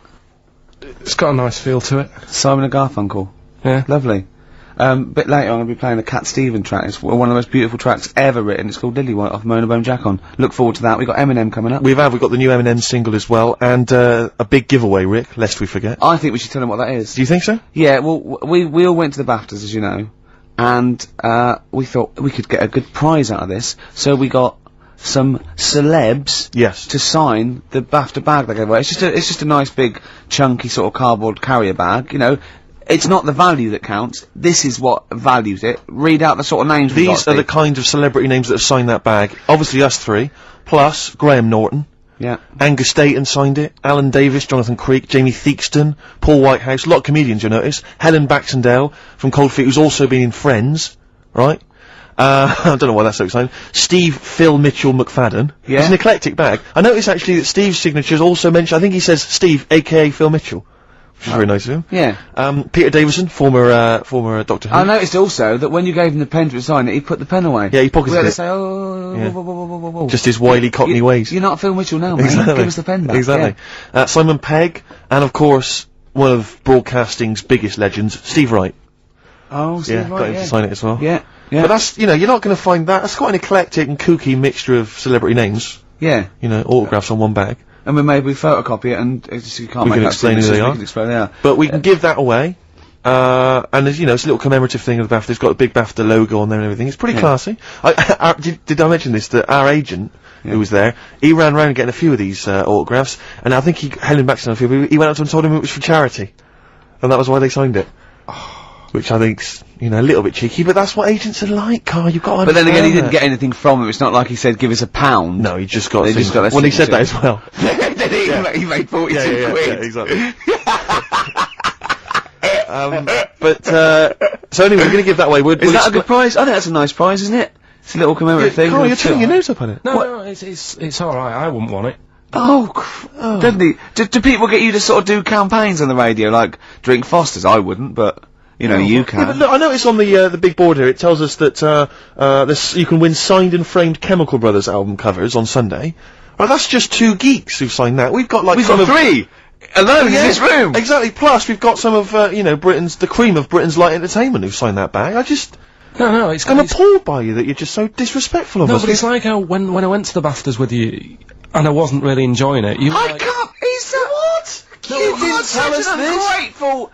There are so many You're people. like a little charity case. You're like, oh, I had God. chicks queuing up Yeah. around the block. You wanting to usually come. have to. I know, but I Someone told like you you. would have to write to Jim or Fix It or Esther Ranson to get to meet us sort of people. And now it's on your doorstep. I'm amazed that you didn't enjoy it. Why didn't you enjoy it? You got to walk down the red carpet. You went in. There was George Best, one of your footballing heroes, was there. A load of other big names. You sat there, you had prime position. You came backstage with a load of other big names. Hey, you had a lovely bit of grub. You were filming this thing for the DVD you were making. That's you, a cameraman on our DVD. And yet you think, oh, and now you look grumpy because you had a couple of pints and I can't believe it. So tell us why you didn't enjoy it, because the ceremony, what didn't you enjoy about that? It was interminable, wasn't it? Far too long. Wasn't it awful? 3 boring. hours. I'm sorry. I thought you were going to say something. Really? Sorry. 3 hours. Yeah. I mean, I suppose for you two, at least, you know, you were going to get something. Sure. Yeah. But with me, it's like, I mean, I've never graduated or anything, so Have you not? I'm trying to think of sort of a situation. Basically, I sat there for 3 hours knowing that I'm not going to get anything out of the night. Yeah. Right? Now... Sorry, when we invited you and you said yes, did you think you were up for an award? No, I thought we were going to be sat round tables, having a nice bit of food, whilst people are going up there winning awards. Yeah. But 3 hours of the same thing over and over again. I mean, if a film's 3 hours in the cinema, you go, well, it's long, but, you know, I wonder how it's going to end. Yeah. But this was just like the same thing over and over again. Some guy going up, thanks a lot, cheers for the bit of brass. And then going down, sitting down, the same thing over and over again. Honestly, right, I'd say it was one of the worst things I've ever had to do. I enjoyed the night afterwards when we did have a bit of lamb and a nice bit of veg and that. That was alright, and I went home and I was happy, and I got the little freebie bag that you're talking about that we're giving away. Yeah. Which wasn't much good stuff in it. Oh, alright! Right! No, What would you have done on that Saturday night? Suzanne What would you have done or the Sunday night rather, what would you have done had you been at home? I would have stayed in with Suzanne, right, watching telly, having a nice bit of pâté on toast or something, cup of tea, watching 24, but instead, I had to buy an expensive suit, so I didn't show you up, right? Yeah. How much did you spend on your suit? Well, in total, right, because, you know, the shoes and the suit and the shirt and the tie, it was about 600 quid. That's the most expensive evening ever! That's what I'm saying to you. And the daft thing is, it's dark in there. I don't know why you've got to wear a nice suit. You can't wear a tracksuit, for goodness sake. It's dark in there! No, just the shirt and that. It doesn't make you a better person wearing a suit. No, doesn't make you a better person, no. We're not claiming it made you a better person. No, but that annoyed me. Yeah.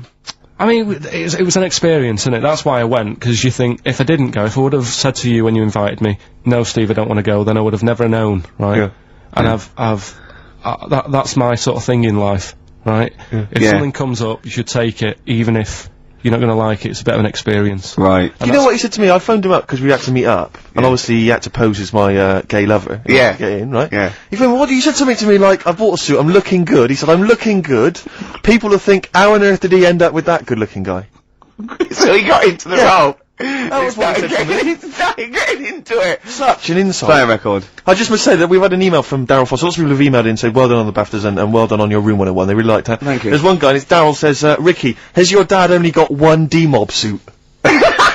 Because I know you noticed, but Ricky wears the same suit every single time he appears on TV, because he spent a fortune on it getting it tailor-made. I've only got one. It's a good suit, and I he know. wears it all the time. And it's winter as well, it's like a pure wool, so I'm sweating everywhere I go. Anyway, usually it's too much cheese. I won't be buying another. Huh? I won't be buying another one. Ever. Yeah, that's it. Yeah. Yeah. Suzanne told me today, right, because I've handed it in today to have the trousers turned up a bit. Why? Because it was a bit of a bodge job for the night. Yeah. Right. It was just some pins sort of holding it up the other night, but you didn't notice, and I didn't tell you because I thought you'd be getting on the stage and saying, "Look at that freak over there," with his pants hemmed up. But I took it to the plate to get it done. Suzanne tells me that I'm going to start shrinking now and getting to that age where you start going small. I know that must have been a revelation to you and a worry. Like, how small do you get? How small do you get? Oh, What are we playing now? I thought we'd have a bit of Marley music. Marley music. Oh, okay. Go on.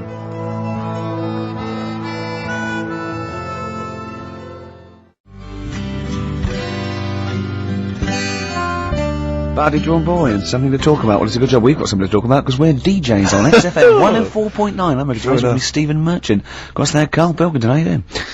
Of course, you must have been excited at the BAFTAs, because we did bump into Dr. Fox. Oh, yeah. Pleased with that. Yeah. What was the challenge again? I think the challenge was you had to shout Foxy. Yeah, the challenge was, it's sort of like Jackass, but wimpy Jackass. Karl was our, cameraman for the night, because we were doing the making of, sort of series 2, where we've filmed ourselves sort of writing it and doing bits and pieces and going to wars on it. And, it's on me, and my challenge, which I think, was it me that set my own challenge? You did. I had to shout Foxy and get him over. Yeah. And I bottled out about 5 times. I just thought he was talking to someone. Yeah. I just thought, and then I did it, and where's the victory in that? Yeah. I shouted Foxy, and he came over and went, alright. I think, where's the victory? I remember Jackass, they dive off buildings and things. I was a little bit taken aback though, because even though he was joking and mucking around, he was swearing. You don't expect that from Foxy. Oh, behave. He was off Oh, duty. no, he And was, he's more than wrong, but he didn't expect it to him, because he seemed like a lovely bloke there, but he has got an enormous head. I mean, I'm not disrespecting him, I think he's a lovely guy, but his head is huge. But it's in proportion with his big body as well. He's a chunky wombat of a man. True enough. And so am I. It was a problem getting him on screen. Sure, because of the huge head. Yeah. I was struggling. No. I know, well, I know the Popeye people have worries about that. They had to get special lenses. Yeah. I love the fact that us 3 freaks can take this out of anyone. Stop there though, Rick, because I was on TV briefly. There was a thing about The Office on Top 10 TV Bastards on Channel 4, and I appeared on there briefly talking about the show. And there's this girl who's a girlfriend of a friend of mine, and she's I saw you on TV last night. I went, yeah. She went, I'll tell you this, you're better looking on TV than you are in real life, and that's good for you. And I was like, oh, I don't know if that was a compliment, because it's like... Definitely not. Well, I'm not on TV, so it's not beneficial in any way. Yeah. But that's like... I'm too right, you have to step out of the TV. But that's like saying, I normally find you pretty repulsive. Yeah. My opinion changed slightly last night because you were on the box. Yeah. And I didn't know, it sounded like it was a compliment. Through the aid of a different... Through the aid of lighting, and appearing like for 12 seconds on screen in small doses. Oh, God. You thought I wasn't as bad looking as I am in real life. A lot life. of people have phoned in and wondered if you are Morph grown up, because they've seen a picture of you on the website. Do you mean me or Karl? Karl. Right. Yeah. What do you mean? No, because people have seen you next to a picture of Morph, and it's if you draw honestly, Karl, if you lay you down and draw around you, it's exactly the same shape as Morph. Yeah. Or the Pillsbury Doughboy. Or, a gingerbread man. You do look like a gingerbread man. That's great. Oh, I love Karl. We think you're brilliant. We like looking at you, talking to you, hearing what you've got to say. We think of you, don't we, in the week sometimes? Rick, I had a bit of good news this morning. Go on. And I don't mean this in any way, I'm sure it's an emotional thing for her, but in The Sun it says that Dido, her wedding's off. Right. Just thinking, ding dong! Because for some reason, I don't know what it is, I was having a chat with my mates, I've always been under the assumption I could pull Dido. Because she's quite ordinary. Do you know what I mean? She looks a bit ordinary. She's quite an attractive one, but like... Would that be your opening chat-up line? You look quite ordinary. Dido, I don't think you could probably get anything better than me, because you're not too hot yourself. Exactly. My name's Steve Merchant. I'd wear actually what I'd do is I'd go, right, I'm not going to meet you in the flesh, but I'm going to send a picture of you on video. Yeah, this is me on Top TV Bastards. What do you think? See what you think. Yeah. And if you think it's good, well, I'm certainly no worse without the lighting and makeup. So don't worry about that. Exactly. Oh, Dido. Should we have a little bit Bowie? What was your thing about Dido? That, she's like a kind of... She's a bit like a receptionist. Who got up and sang once, because she didn't know her tunes, and a bloke came up, hi, I'm Gridlin Records, I'm thinking of releasing the CD, and it just goes mental. Exactly. Everyone buys it. Yeah. Which is good though, isn't it? But she should be doing photocopying or filing, do you not think? Just the way she looks, she's got that very kind of suburban the whole look thing annoys me. Do you know there's another Pop Stars thing starting? Yeah. Like, it's going on in Ireland, apparently it's Ireland's version of it. Okay. And today it was like, you saw all these kids rushing in, there was fat ones there and ugly kids, and you're thinking, it's sad and everything, they might have a good voice, but they've no chance, right? And there was a woman there who looked a bit like Britney, and the bloke, straight away, before even hearing the voice, Britney lookalike over there, go and get her in, give her a ticket, she's through to the next phase. And it's just annoying. Dido isn't beautiful, but she's nice enough. Do you know what I mean? Well, yeah, that's why she's fine for me. I mean, you know, I mean, my standards are quite low. So, do you think Steve should go out with her then? I mean, that's what we're asking you. Do you think he should? Yeah. Okay, so a little bit of Bowie. Thanks, Karl. Try and fix that for next week.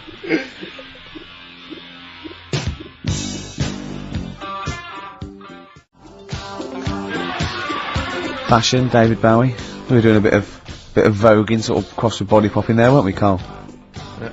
Yeah. Played that last night, Rick, during the set. Yeah. That was described by Zane Lowe as one of the best sets he's ever seen. Well, he didn't say those No, but I think Zane just sent an email and said he's giving up because there's no point. Yeah, exactly. When he hears stuff like that, he said, I thought I was a DJ. Yeah. After seeing Steve Merchant, I'm obviously not. Exactly. Yeah, exactly. no, so, yeah, Big Boy Jim was down there. yeah, he Big got Boy very Jim was going, wow, you know. I don't know what I'm thinking. Yeah. But I like the idea, because you know, Fatboy Slim did Brighton Beach, didn't he? And he had like 20,000 people in Brighton Beach. Yeah. And everyone was loving it. Just the idea of me down in Weston-super-Mare doing the same. With the donkeys. 86 people. Have you ever seen, have you ever seen that thing, karaoke challenge on Challenge TV? Yeah. It's great, they're all doing it, and it's sort of like, Jonathan, what's his name, from Jonathan Bread, Morris, and all those sort of, people there. And the camera pulls out, and there's about 8 people there. Yeah, but what I love about karaoke challenge is it's not even night fever. Do you imagine that? I mean, talk about...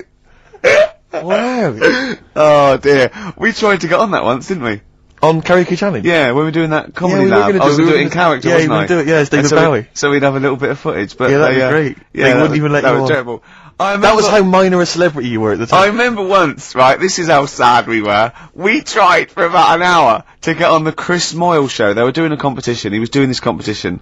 It was about golf, wasn't it? So it was like things with, It was, you had to think of a song title, but you Yeah. had to make it into a golfing pun. and people were calling up and going, "No, what about Drive by the Cars?" He was going, "Drive by the Cars, very good." And it was like, things like, you know what I mean? Things like something T and that. And I wanted to phone up and go, "Hello, Chris Miles. Yeah, you know, what about, Spandau Valley Golfy?" Just me. And I was just like, we tried. We must, I was about 30 we tried to quid go just to get on and do something stupid. How pathetic. And they was wouldn't that? even let us on. What Yeah. were the others? It's a good game, that. What? Oh, God. Phone in if you've got any amusing puns on songs and golf. Yeah, please. What did you say? What was it? A Spandau Valley Golfy. Yeah, do you like that one? It's a good little game. Yeah, you're thinking of what you're doing, Carl. What you're thinking on the radio. That's what you're doing. It's a first. You're actually broadcasting thinking. Can we just be quiet and just listen to Karl think? Yeah.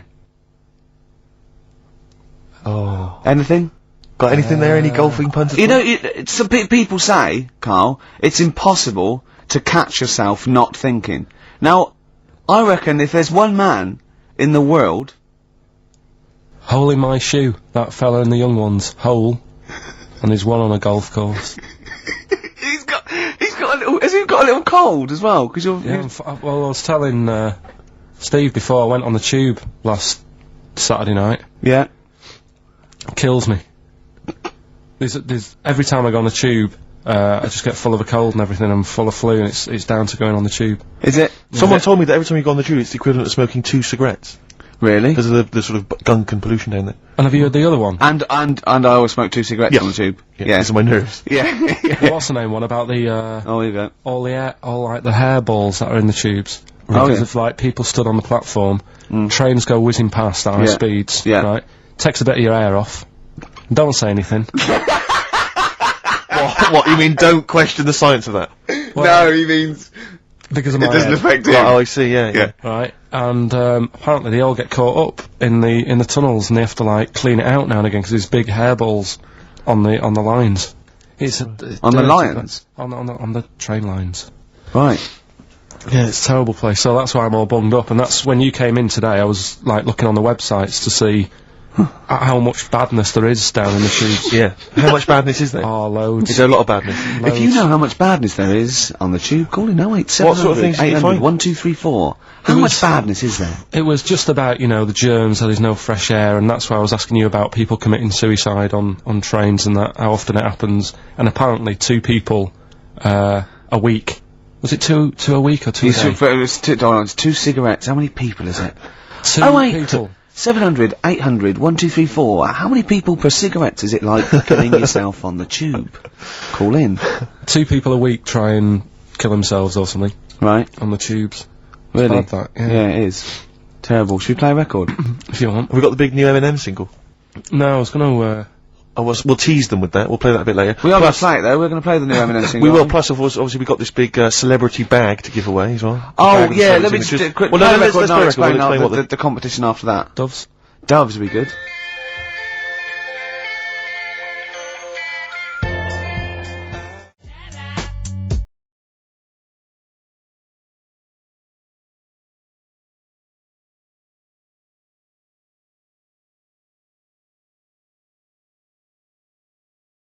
little Karl Pilkington, into the last hour. 3 hours of broadcasting to go, Karl, for us. 3. Yeah. What are you going to be doing while Three we're away? Musketeers. Because you'll obviously still be working here. You have a day job, don't you? What is it you do exactly? I make stuff. You make stuff. What, like furniture? Promos and stuff. Oh, right. Sort of bit of in talk there, but basically like little trails for the station. Yeah. Yeah. That's what I do all week. Yeah. So you'll be back to doing that when we're off? You don't talk to anyone, do you, in the week? You just hide in your little sound booth thing, and you really don't talk to anyone, do you? Much? Not really. No. No, I mean, you know, you might call up. Yeah. But no, I keep myself to myself. Yeah. Then you don't get bogged down in the office politics and stuff. Yeah. Is there a lot of office politics here? I don't know. I don't get involved in it. Oh, yeah. Proved your point. So when, we're away and we're, like, out of action, who, other tthan Suzanne, who will you talk to of the day? How will you get a sort of, feedback from the world? How will you get sort of, like, input and... I always, if ever I've got, like, a question on anything, the internet's sat there and I can just go online and find out. The internet is good. It's brilliant. But it's not all verified. What do you mean? It's not all verified. It's not all necessarily factually accurate. Anyone can put things onto the internet. It's that, you know, that it's freaks and things that put on things one, right? Here's one that I read in the week, right? One. About this woman. Yeah. She was a bit of a punk.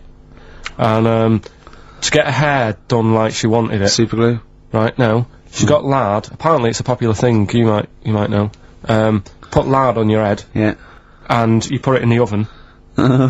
Now, apparently the heat that you get from the oven is different from the sort of heat you get from an hairdryer. Right? And she had to do that to get the style that she wanted. But anyway, she comes into money or whatever, treats herself to a microwave. Right? It's not true. Opens the door, jams the things, you know, like the little catch. So the microwave works. She jams it with a screwdriver or a knife or something. Yeah. Puts the microwave on, sticks her head in, boils her brain. Don't be ridiculous. Right? Well, why is that ridiculous? Boils her brain. She boiled her brain. She boiled her brain. And this is what's good about the internet. I went straight from that, and there was a subject about brains. And do you know that Russell Crowe, when he dies, is giving his brain to charity or something? Some sort of... some people who can do stuff with it. She gave hers to Pot Noodle.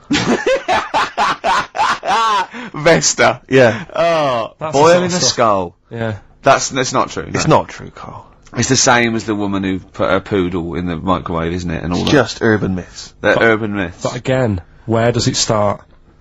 Someone made it up. Yeah. For a laugh. They're just too convenient urban myths. Everyone you can tell an urban myth's not true, because it's always, this happened to a mate of mine, and when you say what happened then, they go, don't know, that was it. Was it? Was that it? Was it? Someone boiled a brain and that was it. There was no more story. Well, Were there any dates? Locations? Times? I think it was in Belgium. There's that one that a bloke, right, was gonna get a phone call at 4 o'clock to find out if his business was, you know, okay, right? And if he didn't get the phone call, he knew he was, broke, destitute. So, dead on 4 o'clock, the phone didn't ring, so he went up to the roof of his office and he jumped off to commit suicide. And as he was passing his window, the phone was ringing. Oh, no. Carl, it didn't happen. Didn't happen. Think it through. Think it through. Who told that story? Who told that story? As he hit the pavement at 120 miles an hour. He's the only person who could have known that series of incidents. Also, why didn't he wait? dead. As his life's at stake, why didn't he wait till 5 past? I'm gonna give it 5 minutes, just in case. In case the lines are busy. Yeah. And what sort of bloke goes out, I'll call you at 4, okay, if your business, well, call me anyway. No. If I don't call exactly 4, then, no, you commit suicide. Commit suicide? I would, because if I don't call at 4, that's the end of it. Well, call me anyway. No, that's not the way I work. Why can't you just call me and tell me the other way? Well, I'm telling you how I do it. If you're bust, I don't call. Can't you just call to verify in case something goes wrong? What if it's engaged? It won't be engaged. Just commit suicide at 4, please. It didn't happen, Carl. The other one, right? A bloke, right? He's on a train station, and I'll tell you how I heard it. He's waiting for a cruise station, waiting for, and he shits himself. as you do. And so he goes, oh, my train's in 5 minutes, so he runs across to Millet's and goes, quick, Levi's, 36. The bloke just puts it in a bag, he runs onto the train, he goes into the toilet, takes his, trousers and pants off. His soiled Yes. Throws them out of the window. I won't be needing those again. Cleans himself off. Open the bags. It's a jacket. Oh. No, it didn't happen, Carl. At what point did he go into it and go, quick, Levi's 36, and the bloke went, sorry, Levi's 36, what, a pair? No. Shall I wrap them? Them? It. Shall I wrap? Just wrap whatever it is. Do you want to look? No. I'm not looking when you're putting it in the bag, please. Right? Well, 36 waist stories. Well, don't say anything. I've told you 36 Levi's. And put it in a bag and charge me for it. Yeah. I don't want to discuss it further. Yeah. There was one, Here we go. there was one about a woman whose husband died, and she had him cremated. Yeah. And made like a little egg timer out of him. Right. And she said, I did that so it can still help around the kitchen. Well, that might be true. That might be a joke. That's quite sweet. That might be true. That is a true story, again. It was all No, not again, because the ones I just told weren't. Nor is the boiling the brains in a bag curry microwave. Head story, true. Yeah. They're too convenient. Will you be buried or cremated? What? Will you be buried or cremated? I don't know. Cremated. I imagine. What you see? I don't know, it's out of my hands. Yeah, I haven't thought about I've it. not thought it through, and No, to I be don't honest. care either way. Have you heard the one So about...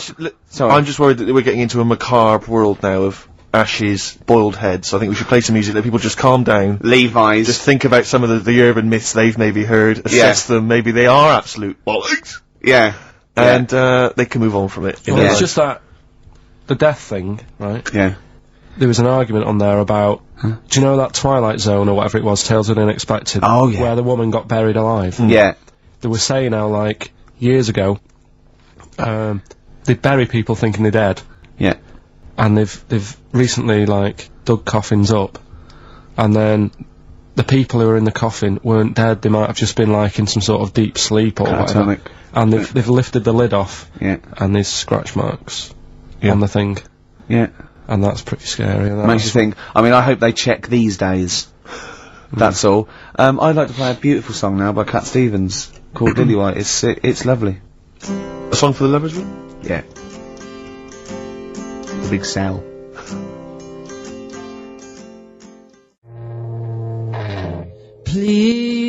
Please. Cooper Temple Claus there. Who needs enemies on XFM 104.9? Wow. Well, let's talk about the prizes. We've got the big game Rockbusters coming your way soon, Rick. I know you're excited about that. And is there more Educating Ricky this week? Have you got that planned? There is. We are struggling on that feature a bit now because I feel like we've covered a lot of topics. Yeah, I know. Well, I know about hairy Chinese kids and deaf people that hit their head and can hear again. So I don't think there's lots more to learn in life. And the amazing Karl Pilkington.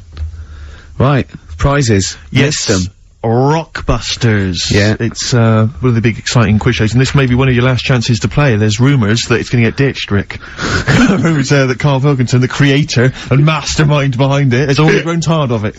It's off and the way. You heard them earlier on, the very best of the Stone Roses from that. We played, I Wanna Be Adored. That's one of the prizes. That's a nice little, Christmas compilation. Second hand now then, really, isn't it? Second hand, yeah. 50 years of the greatest hit singles. I'll tell you there's some great stuff on here. Oh, go on. Opens, Rick, with, Bohemian Rhapsody. One of the biggest, number ones of all time. If you've not heard that enough already, you're followed then by John Lennon's Imagine, Candle in the Wind, Elton John. You've got all on sorts on here. one CD, Stephen. Well, these are some of the greatest rock minds. They've chosen some of the best songs by some of the best artists. Go on. Paul McCartney's Mull of Kintyre. That's on there. We've got, let me see. That is pretty impressive though, because they are real big classic number ones, as opposed to, you know, the song by the artist they didn't really care about. You see those things on, this is not available in the shops, and it's, you know, the second best song artists have done. It seems odd that we're giving it away on XFM because it includes Robbie Williams' Angels, Atomic Kitten's Whole Again, Spice Girls Wannabe, Kylie Minogue's Can't Get You Out of the Head, and I think it closes, well, it almost closes with Steps Tragedy. That's the penultimate track. It ends though, any ideas? It's a big hit single. But Did they know it's Christmas, Band-Aid? Perfect for your Christmas party. Sure. We've also got the Groove Armada current album, is that from them? Yeah. And signed by the man himself, the Big Beach Boutique DVD, Fatboy Slim's concert on that Brighton Beach. And there's all kinds of treats on there.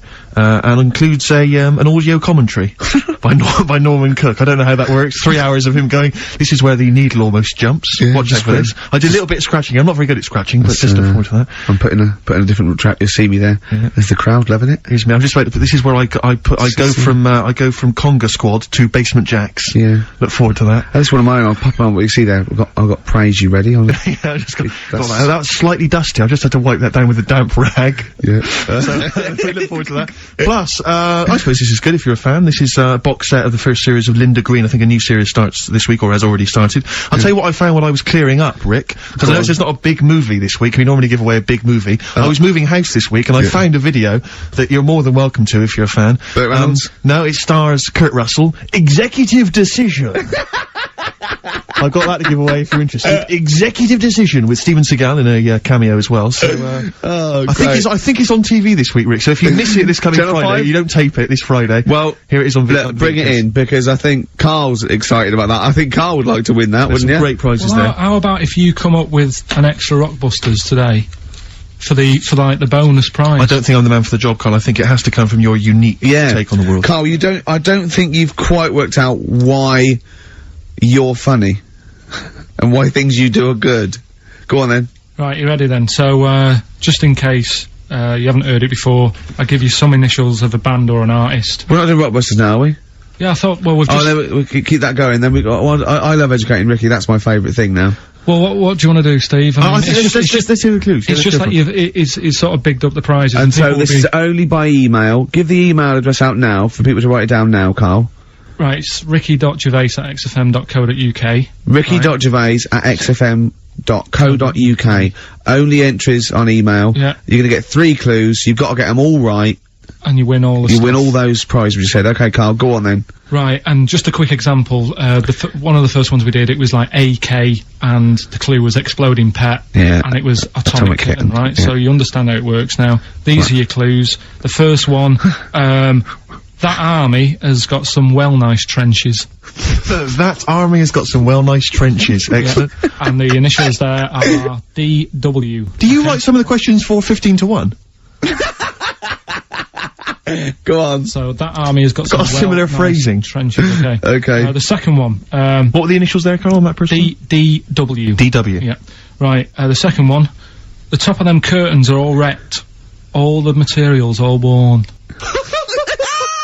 He acts it out though. We've got to get him on telly. We have got to get him on telly, because his little face and his gestures and... That's the second one, the initials being HV, okay? The top of those curtains are wrecked.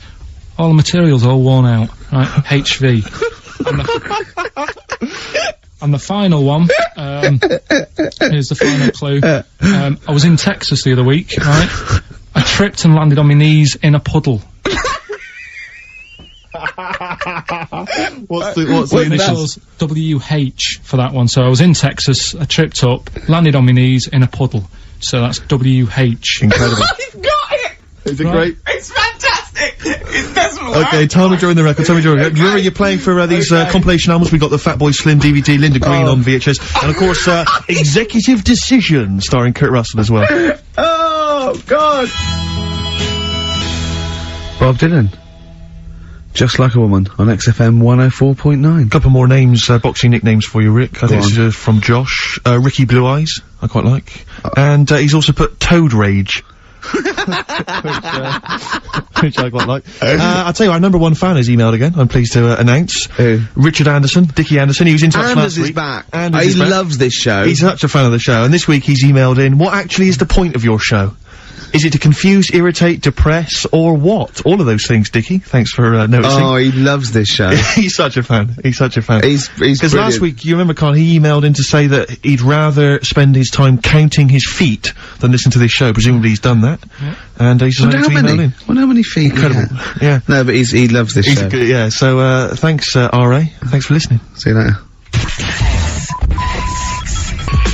Missy Elliott. Work It on XFM 104.9. Ricky Gervais, Steve Merchant, Karl Pilkington. Educating Ricky? Yeah. Should I do a bit of that? Well, the clues are coming in furious. The answers, I should say. Yeah. Yeah. So go on in. Oh, this is what. Yeah, Rockbusters is well underway, Carl. Don't worry, you've done your work now. Okay. Right, come on. Right, educating Ricky. This is my favourite bit now. You're just gonna tease us, aren't you, with 3 headlines, if you And I'm gonna choose one, then we got the other 2 as well. Yeah, that's the way it works, and at the end of it, you learn some stuff. Like I say, I'm struggling a bit with knowledge. Yeah. At last he confesses. Yeah. Go on. So the 3 headlines for you to pick from, we've got, first one, we'll have a big fire tomorrow. I got a feeling there's some vegetables involved. Yeah, go on. Maybe. Second one, he's a bit of a nuisance. Okay. Alright? Right. And, third one, I'll bacon in the morning, if you're sick of having me here. Oh, that one. I'll bacon in the morning if you're sick of having me Right, here. I'm having that one. That's brilliant. Right, well, it's a saying. Do you know, cold shoulder? Giving someone the cold shoulder? Yeah. Alright, if you have someone round at your house, and, you know, you try to get rid of them, and they're hanging around and stuff, and you're like, oh, I wish they'd go, I'm tired and that. Well, years ago, When? Literally years ago. Well, ages ago. sort of, Olden times. I think it said medieval times. Yonks ago then, yonks ago. Yeah. Medieval, yeah. We're going back quite a bit on this Well, one. you know when you find out these books, why don't you just pop down when it was? Just make a note. I don't think it says all the time, it just sort of says, you know, a few years back. Yeah. No, it doesn't. Well, Never. alright, I'll make an effort next week. Okay. Right? So, it's annoying that, because my girlfriend said to me, just make a note at the time, they'll stop having a go at you. Yeah. Yeah? And I kind of thought, it's alright. Didn't listen. I don't think it matters anyway in this one. We're looking at the saying, right? So Yeah. it's giving someone a cold shoulder, right? And what it is, right? Ages ago, there wasn't enough houses for people, Right. because there wasn't much money being made. You know, there weren't big businesses. People weren't earning good money like they are now. So there wasn't as many houses, right? So what you ended up getting is like, you know, the rich people having a nice place to live, Oh. and the poor people were like wandering about, you know, looking for places to live and that. And what they ended up doing is, they had like, people would go round to the mate's house and say, look, I haven't got anywhere to live. It's a bit cold. Can you let me stay? Right? So they'd go, oh, alright, then you can stay a couple of days. But they ended up staying for like weeks. Yeah. Right? So, to sort of get rid of them, what they'd end up doing, they'd be making the dinner, and they'd, be making a lovely dinner, like, bit of meat, nice warm meat, and, nice veg, gravy, and This happened every time, did it? This is where the saying came This from. is what happened, Rick. This is what happened. happened every time. It was in that vague book. the book of vague sayings and stuff. Right, so yeah, so they'd be making a nice meal, but what they did, they looked after all the family, but the person who won't go home, they just give them some, like, sort of a cut-off of cold meat. Right. So they'd say, you're giving them the cold shoulder, meaning... Right. Okay, that's rubbish. Okay, absolute. Carl, why does that necessarily work? Yeah. Why do they always, in every situation when you want to get rid of a lodger, well, still feed him every day, but make the meat lukewarm. So They always leave then. Yeah. Oh, this food's lukewarm. I'm gonna become homeless and they again, go, wandering the hold on, streets. are you giving me the cold shoulder? Yes. Do you want me to leave? Yes, just say leaving. No, I like to do it cryptically. That way, in years to come, someone will have a little saying about it. Well, anyway, that was our bacon in the morning. Yeah. If you've had enough of meat, we'll leave that.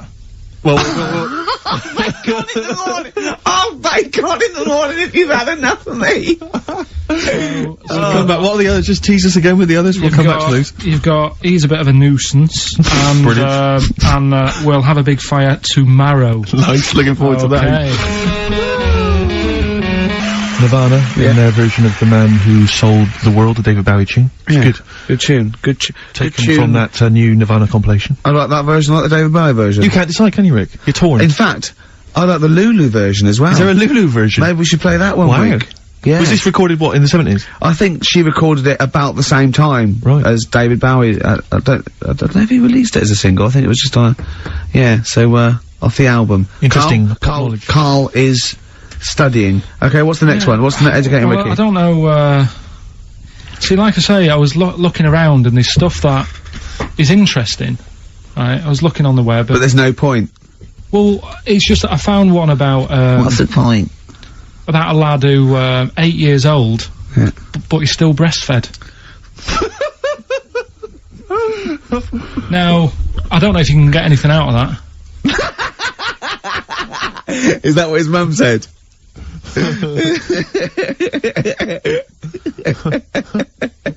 So, What do you mean I don't know if I can get anything out of that? You don't need to. No, it's just that, you know, Where did you read that? that was on the internet.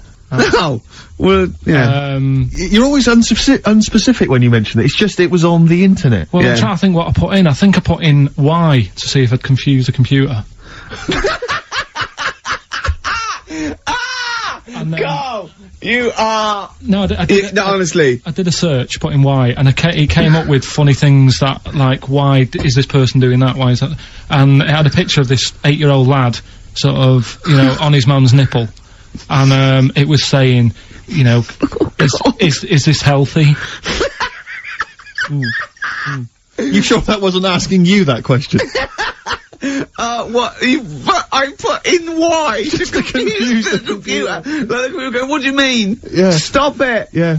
Oh, look, yeah. Last week, I was walking, home with him, and I went, he was saying something stupid, and I went, I've got a competition for next week. Let's do a phone-in, and it's called Karl Pilkington, Genius or Fool. Yeah. Right? And he went, no. I went, why not? He went, well, it'd be confusing, because they say there's no difference between genius and being a fool. We do though, don't we? No, Who that's, says no, that? but it's rubbish, and people say there's a fine line between madness and genius, and, you know, it's a ridiculous soundbite. They don't say there's a fine line between a genius and an idiot. Well, the people who do are idiots. Yeah. So what would you do there, though, just to sort of wrap that little thing up? What would you do? That lad loves his mum's milk. What are you asking me to come up with? No, I'm A just... title for the story? No, it's just what would you do? Right? What do you mean, what would I do? Well, it's causing a bit of a problem in the area, right? What area? In America, I think it was. Oh, America are a problem, are they? George Bush is worried about this kid who's no, breastfeeding right, at 8. Imagine it like this, right? Right. But, so, Carl, what are you asking me? About this spurious story you saw on the I internet? saw it on the internet, there's Yeah. an 8-year-old lad, he likes his mum's milk, Yeah. and it's saying, is this right? Should it No, be it's going not. on? But what What do you want Ricky to do about it? It's not his responsibility. Yeah. No, but the little town that he lives in, they're all Yeah. causing an uproar, right? Going, this isn't right, you know, No. I can't let my kid play out in case he's in the garden with his mum getting a bit hungry, right? So, Oh, God. what should they do? Because his mum's saying, well, he likes it, Yeah. and he, you know, so what do you do? I don't know the laws. No, but I'm not asking you to sort out the laws, I'm just saying, if you lived in that neighbourhood, what Yeah. would you say, if you went up to him and said, look, everyone's getting a bit fed up with this, look. I'd say, what would I do? What do you mean, what would I do? what are you asking me? Right, it doesn't matter. No, what are you asking me? What are you asking me and Steve and the I'm public? just saying, say if you live next door to this woman, Yeah. right? The kid's hungry, 8 years old, he's out playing on his bike and he goes, Mum, I'm getting a bit peckish, and he goes, alright son. She whops one out. And he starts having his milk, right? You live next door, you're putting your washing out, and you see this going on. You're getting a bit sick of it, because it's gone on for months. 8 years, I assume. Why is it your business? Why are you such a nosy neighbour that you're concerned? What would you do, Carl? Let's turn it back on him. Yeah. What would you do? What's your solution? What would you do? Well, I thought I'd say, right, why are you doing this? And she'd say, because he likes it. And I go, alright then, put it in a bowl first. And you think that would sort that out? No, because I was thinking about the whole thing, right, and you do that when you're a baby, and everything's alright, innit? Yeah. No one bats an eyelid at Sure. a little baby having a bit of milk from its mum's breast, right? Yeah. You'd almost say it was natural. But you grow out of it. It's like, you don't see, it got me thinking about things you don't see, and you don't see. Did you put this into a computer? Show me things you don't see. What else don't you see? Well, you don't see, like, an old man having a Twix. You never... Oh! So what? You know the terrible thing about all this, Steve, is he's right. You don't see an old No, man I eating a know, Twix. that's a terrible thing. So what they have got, right, they've made old man toffees, haven't they? They've come up with Werther's. Is that a song? Oh God! You don't see it. No, listen now. So they've got their Werther's, right? Yeah. So, Look at him! You Forget think he's it. giving a lecture at Oxford? it's not going anywhere. No, you go know? on, sorry. Go on. I'm just saying, Right. you grow out of things. Yeah. And the old man, I'm sure when he was a kid, he'd have a Twix. Yeah. But now it doesn't look right, so he's having... It doesn't look right! So... Right. I don't think Werther's originals were specially designed for old people. I think they were sweets that just happened to have been made for years. That's why old people eat them. Yeah. They didn't go, hang on, there's a market here. I've noticed old people aren't eating Twixes. Quick, let's make some old man sweets. But the little advert, he gives it to his grandson as well, doesn't he? He goes, I have a Werther's original. Now, I think it cuts though before he throws it back in his face and goes, get me a Twix. And a damn curly whirly. Pilkington. So, other things you don't see, Carl? Got any other ones, or you obviously been thinking about this? What confuses you? When you look out your window, what confuses you with the world? What do you walk around going, oh, that's a bit weird? I remember, when you were in, Edinburgh, you were confused because you saw someone putting a parking ticket on some rubbish. Which confused you. Yeah. That was weird. Yeah. The world's a crazy place, isn't it? I mean, whatever you look at, you can... Do you know what I mean? Like what? Like what? Oh, anything. I mean, you could look out the window there and you'll see something, you go, why are they doing that? What are they doing that for? Yeah. I'd say this, maybe we should bring back White Van Carl. There's some interesting questions this week, Rick. Yeah. We could pull that out of the bag if you're interested. Shall we do that? Just, get, Carl's take on, the world's Let's do it, views. let's do it. I'll tell you what, we'll do that in a second. Let's have another Educating Ricky, because I think you got sidetracked with your talk of Well, just the other thing breastfeeding. on things you don't see. Look at the way when I went to school, there was 2 kids with them big heads. Now, You don't never see them. Sure. Yeah, but no one else saw them anyway, Carl. It was only you that saw 2 of them, not related, and wouldn't hang around with each other, because you think they thought it would be too obvious. Webbed fingers and big heads. That's amazing. And there was a kid with a pigeon chest. So... Oh yeah, and the lady with the head like a bag of spuds. Let's not yeah, go through don't these wanna again. go It just through that. raises too many questions that can't be answered. Yeah. Right then, so, we've got, we'll have a big fire tomorrow. Yeah, go on. Is that the one you want? Let's go for it. Right, I think this was like round the 1700s. Bluffing. And Just bluffing. Who was the king then? dunno. Go on. But it's about the word bonfire, right? Bonfire. Bonfire. Yeah. Do you know where it comes from? No, go on. No.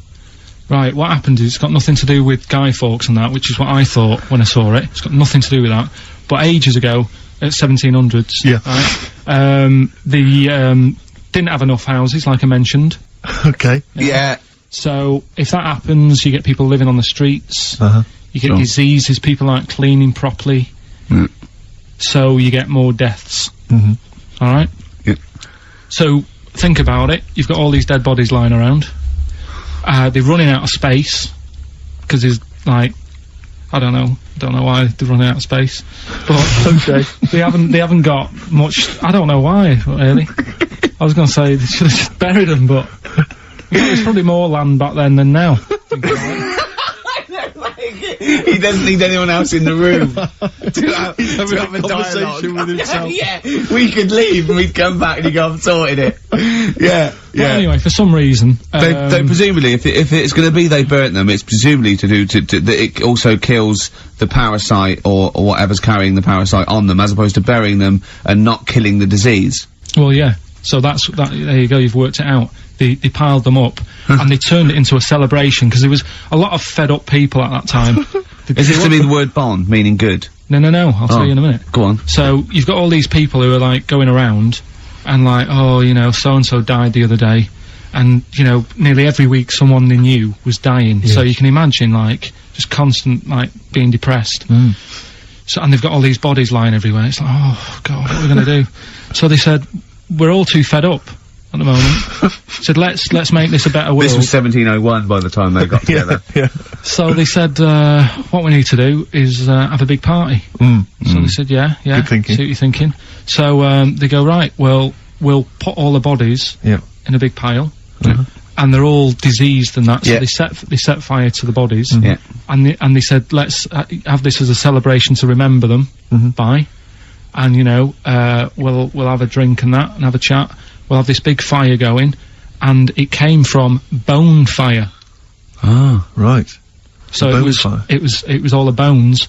Bonfire is bone fire. Yeah. Excellent. Yeah. Yeah. That's interesting. So that's how it came about. Yeah, in the 1700s. Yeah. That was. No, probably. I reckon it was 1600. Probably earlier. I reckon it was the plague. I reckon it came from. But interesting stuff. Interesting Yeah. So stuff. that's Did you celebrate Bonfire Night? Is that a big celebration for you? Do you like the fireworks? I'm sick of fireworks. I just think they're rubbish. Yeah, I'm not impressed. I've never been impressed by fireworks. Even No. as a kid, you know, you have to go to like sort of community kind of gatherings with a bonfire and fireworks, and like Yeah. some local vicar or whatever would come out and. But I it also was think the just adults think the tedious. kids love it, and Yeah. everyone, and if they just got together and said, "Should we go this year?" They'd all go, "No, Yeah, let's not absolutely. go. Let's not go this year." What would be better is if the vicar had wheeled out like a massive rocket, Yeah. climbed in, gone last one to the moon as a bender, and then fired himself off. Now that, I'd pay to see. That's a firework display I'd like to see. As it is, it's just rubbish. dear. yeah. Is That's that your feeling, excellent. Carl? Yeah. Yeah. I'm not keen. No. Sorry, what clue was that? We'll have a big fire tomorrow. Bone marrow. Bone marrow. Genius. Let's play the record. Oh God!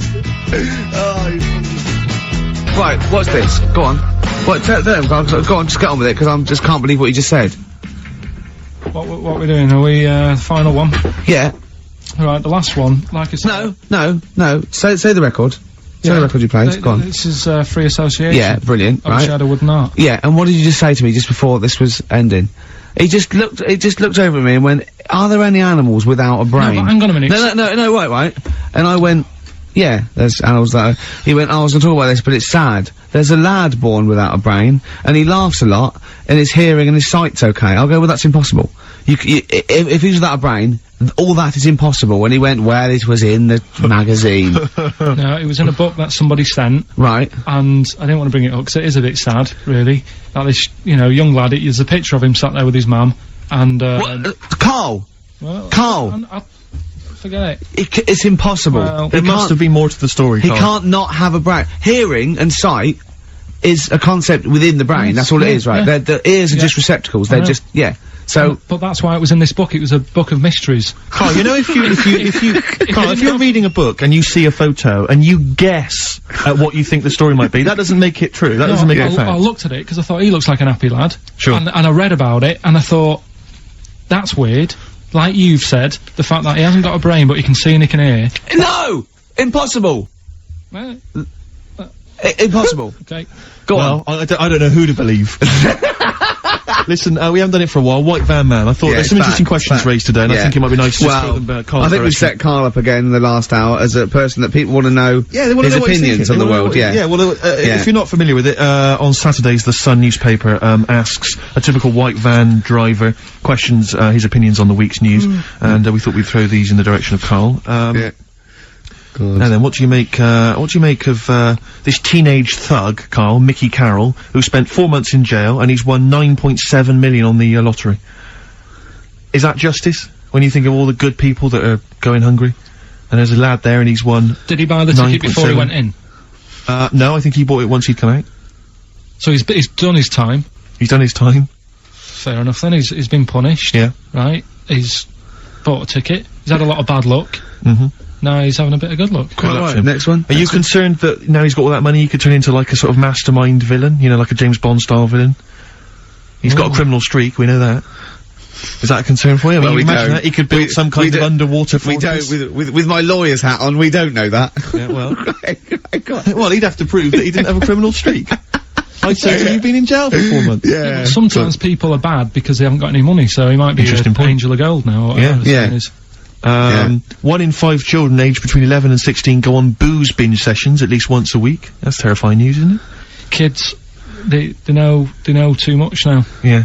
You Compared to you, yeah. Despair. right? Yeah. Listen to this one, right? Go on. My dad had me niece in the car, right, running her to school one day, and she was in the back of the car with a mate, and they chatting away about stuff like kids do, And he got onto the topic of one of the mates, who he said, I mean, you've got to remember, Nice, this point was probably about 5 or 6, something like that, right? In the back of the car, talking about My Little Pony, whatever it is they play with. Subject changed. Oh, that Lisa in our class, she's a lesbian, isn't she? Right. That was that's what they were talking about. Yeah. Chatting away about it. Just openly talking about lesbianism. And probably, you know, this is the topic that they're talking about in the pub when they're having one. Out drinking. Yeah. Yeah, but they might have thought lesbian was a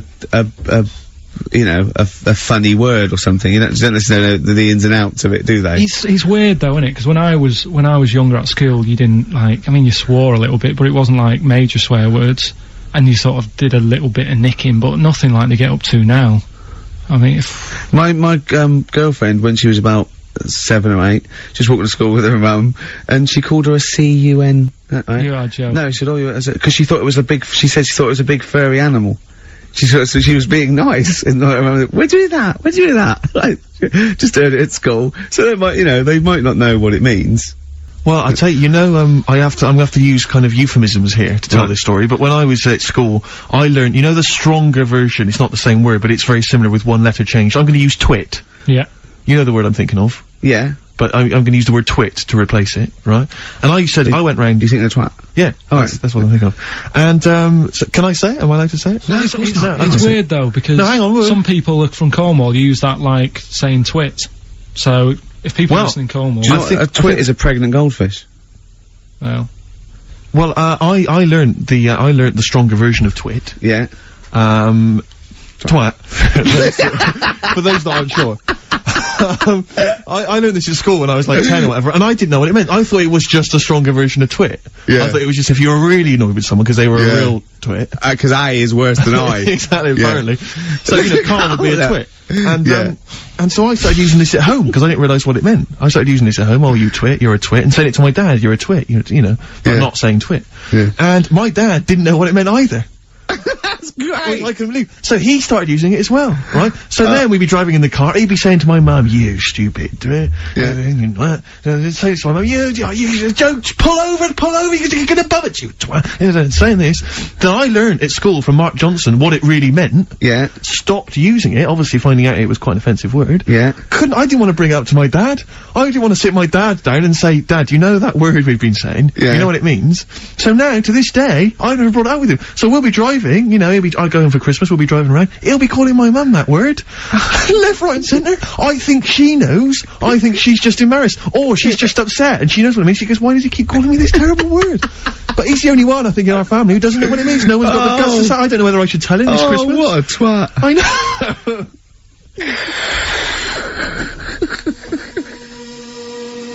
Good to hear that again. Always good to hear that. Suede. Animal nitrate. Carl's all flustered because there isn't a record set up, but he's getting all tizzy. He's been more worried about his competitions than sorting out putting records on ready. What? I'm after Steve's Song for a Lover. Well, I'll tell you what, why don't you carry on with your educating Ricky section? I'll have a look on the We'll keep it going, Steve. Yeah, Cover you keep it. Go on then, right, okay. We've had a few emails. Anyone got it right, Carl? Anyone Educating Ricky, that's the final one. We've got to get that out of the way. We've got to get rockbusters as well, though. We can do that at the end, we can wait. Go on then. But we've only got 5 minutes left. Come on, just do educating Ricky. Right. God. The last one that we haven't done is, he's a bit of a nuisance. Go on then. Again, not really that interesting. Thanks.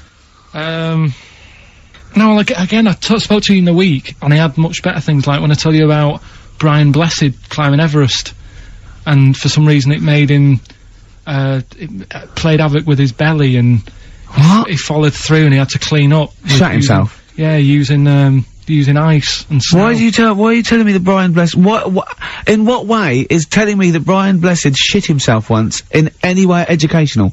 Because I was saying how he was climbing Everest, right? Right. I give it to him, he's an actor and that, but he gave that a go. Yeah. Right, it played... What's the point of that, you'd say, wouldn't you? You'd say, God, he's so he's alright. Me doing a boxing match for no reason is rubbish, but him climbing Everest and shitting himself... Yeah, he did that. Is commendable. Right, and he's only gonna, like, go and do it again. He's gonna climb it again. Yeah, but he might not shit himself this time. Yeah, but what's the point in going? Nothing's changed up there. Yeah, good point. Yeah, Once you've been... Well, it has. They've probably, cleared it up by now. Right, but, it's slip on it. I can't even be And go- bothered telling you this one, because... Come on! To be Just honest- do it, or do it now! Steve, how we doing? Look, no, never mind that. Look, just tell me what that means. Oh, he's a nuisance. Oh, this is so annoying, Carl. I'm gonna go mental. Right, Talk! right, listen, I'm just putting Right. this in here, right? Right, nuisance is a bit of a nuisance. Yeah. Apparently, Yeah. the old fella who used to hang people... 1700s? Yeah. Yeah. He used to be able to tell somebody's weight just by looking at them. Right? That's a bit of a bonus fact. We'll be the judge of that. The thing that I wanted to tell you Yeah. is, money for old rope, do you know that saying? I can't even be bothered. Yes, you're gonna tell me now. Come on, Carl. I mean it. Basically, money for old rope Yeah. came from the... right. What was all that about? He can tell someone's weight. What was That's a all that bonus for? fact. And blind blessed shitting himself. What are you? What? No, don't you? No, tell me that now. You nearly made me swear. Then, I'm getting really annoyed. I'm getting really annoyed now. Tell me this back, Carl, or I'm gonna go mental. Come on, Carl, time's running out. More that people, years ago, when people used to be hung, right? Right. If you didn't like the person who's been hung, you'd go, God, I really don't like him. And so you never forget the time. Presumably when if they're being hung, we take that as read. Yeah. Yeah. Well, so they never forget afterwards to get the hangman to get the rope and to cut it up into little pieces, and he'd sell them. He'd sell the little pieces of rope to people. And See, he'd go, Carl, that's the most interesting thing, if it's true, that you've come up with. Right, okay. And so so they sell the rope, they sell the rope, and it's money for old rope. money for old rope. Meaning, like, you know, God, it's easy to make money, that all they have to do is cut it up and sell it. I'm cynical. I'm not so Right, convinced listen, we're really tight, we haven't even got time for a last track, we've got an ad break and we've got to give out... Okay, give the answers then. This is Right. ridiculous. So, Steve, on. do you want to pick a winner? I've got a winner when you give us the answers. Okay, so the first clue was, that army has got some well nice trenches. Yeah. That was DW, Who's that? Dandy Warhols. That's brilliant. That's brilliant. Alright. Good, yeah. The second one, the top of them curtains are wrecked, all Yeah. the material is worn. Yeah. HV, that's Holly Valance.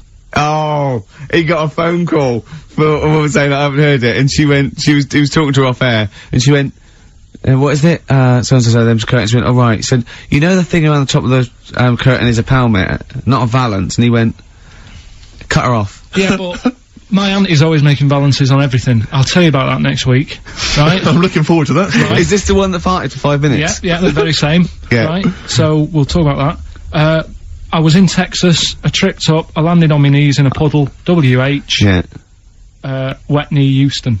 Right? Wet knee Houston. Yeah. So, You're a maniac. so, who's a winner? We've got Pete, Catherine and Laura in Newcastle upon Tyne. They're listening online, I assume, and they're on going to Sky get Digital. those great prizes. And remember, they got loads of stuff. They got the DVD here. They got Linda Green. They got Stone Roses. They got another compilation and Executive Decision. Where did you read about Brian Blessed? Is it actually true, or have you lied with No, someone else? it was an interview with him in it. And what did he talking about- say? Come on, what did he say? He said I climbed Everest and I played havoc with me belly. Let's talk about it next week. We've really run out now. Oh, you're a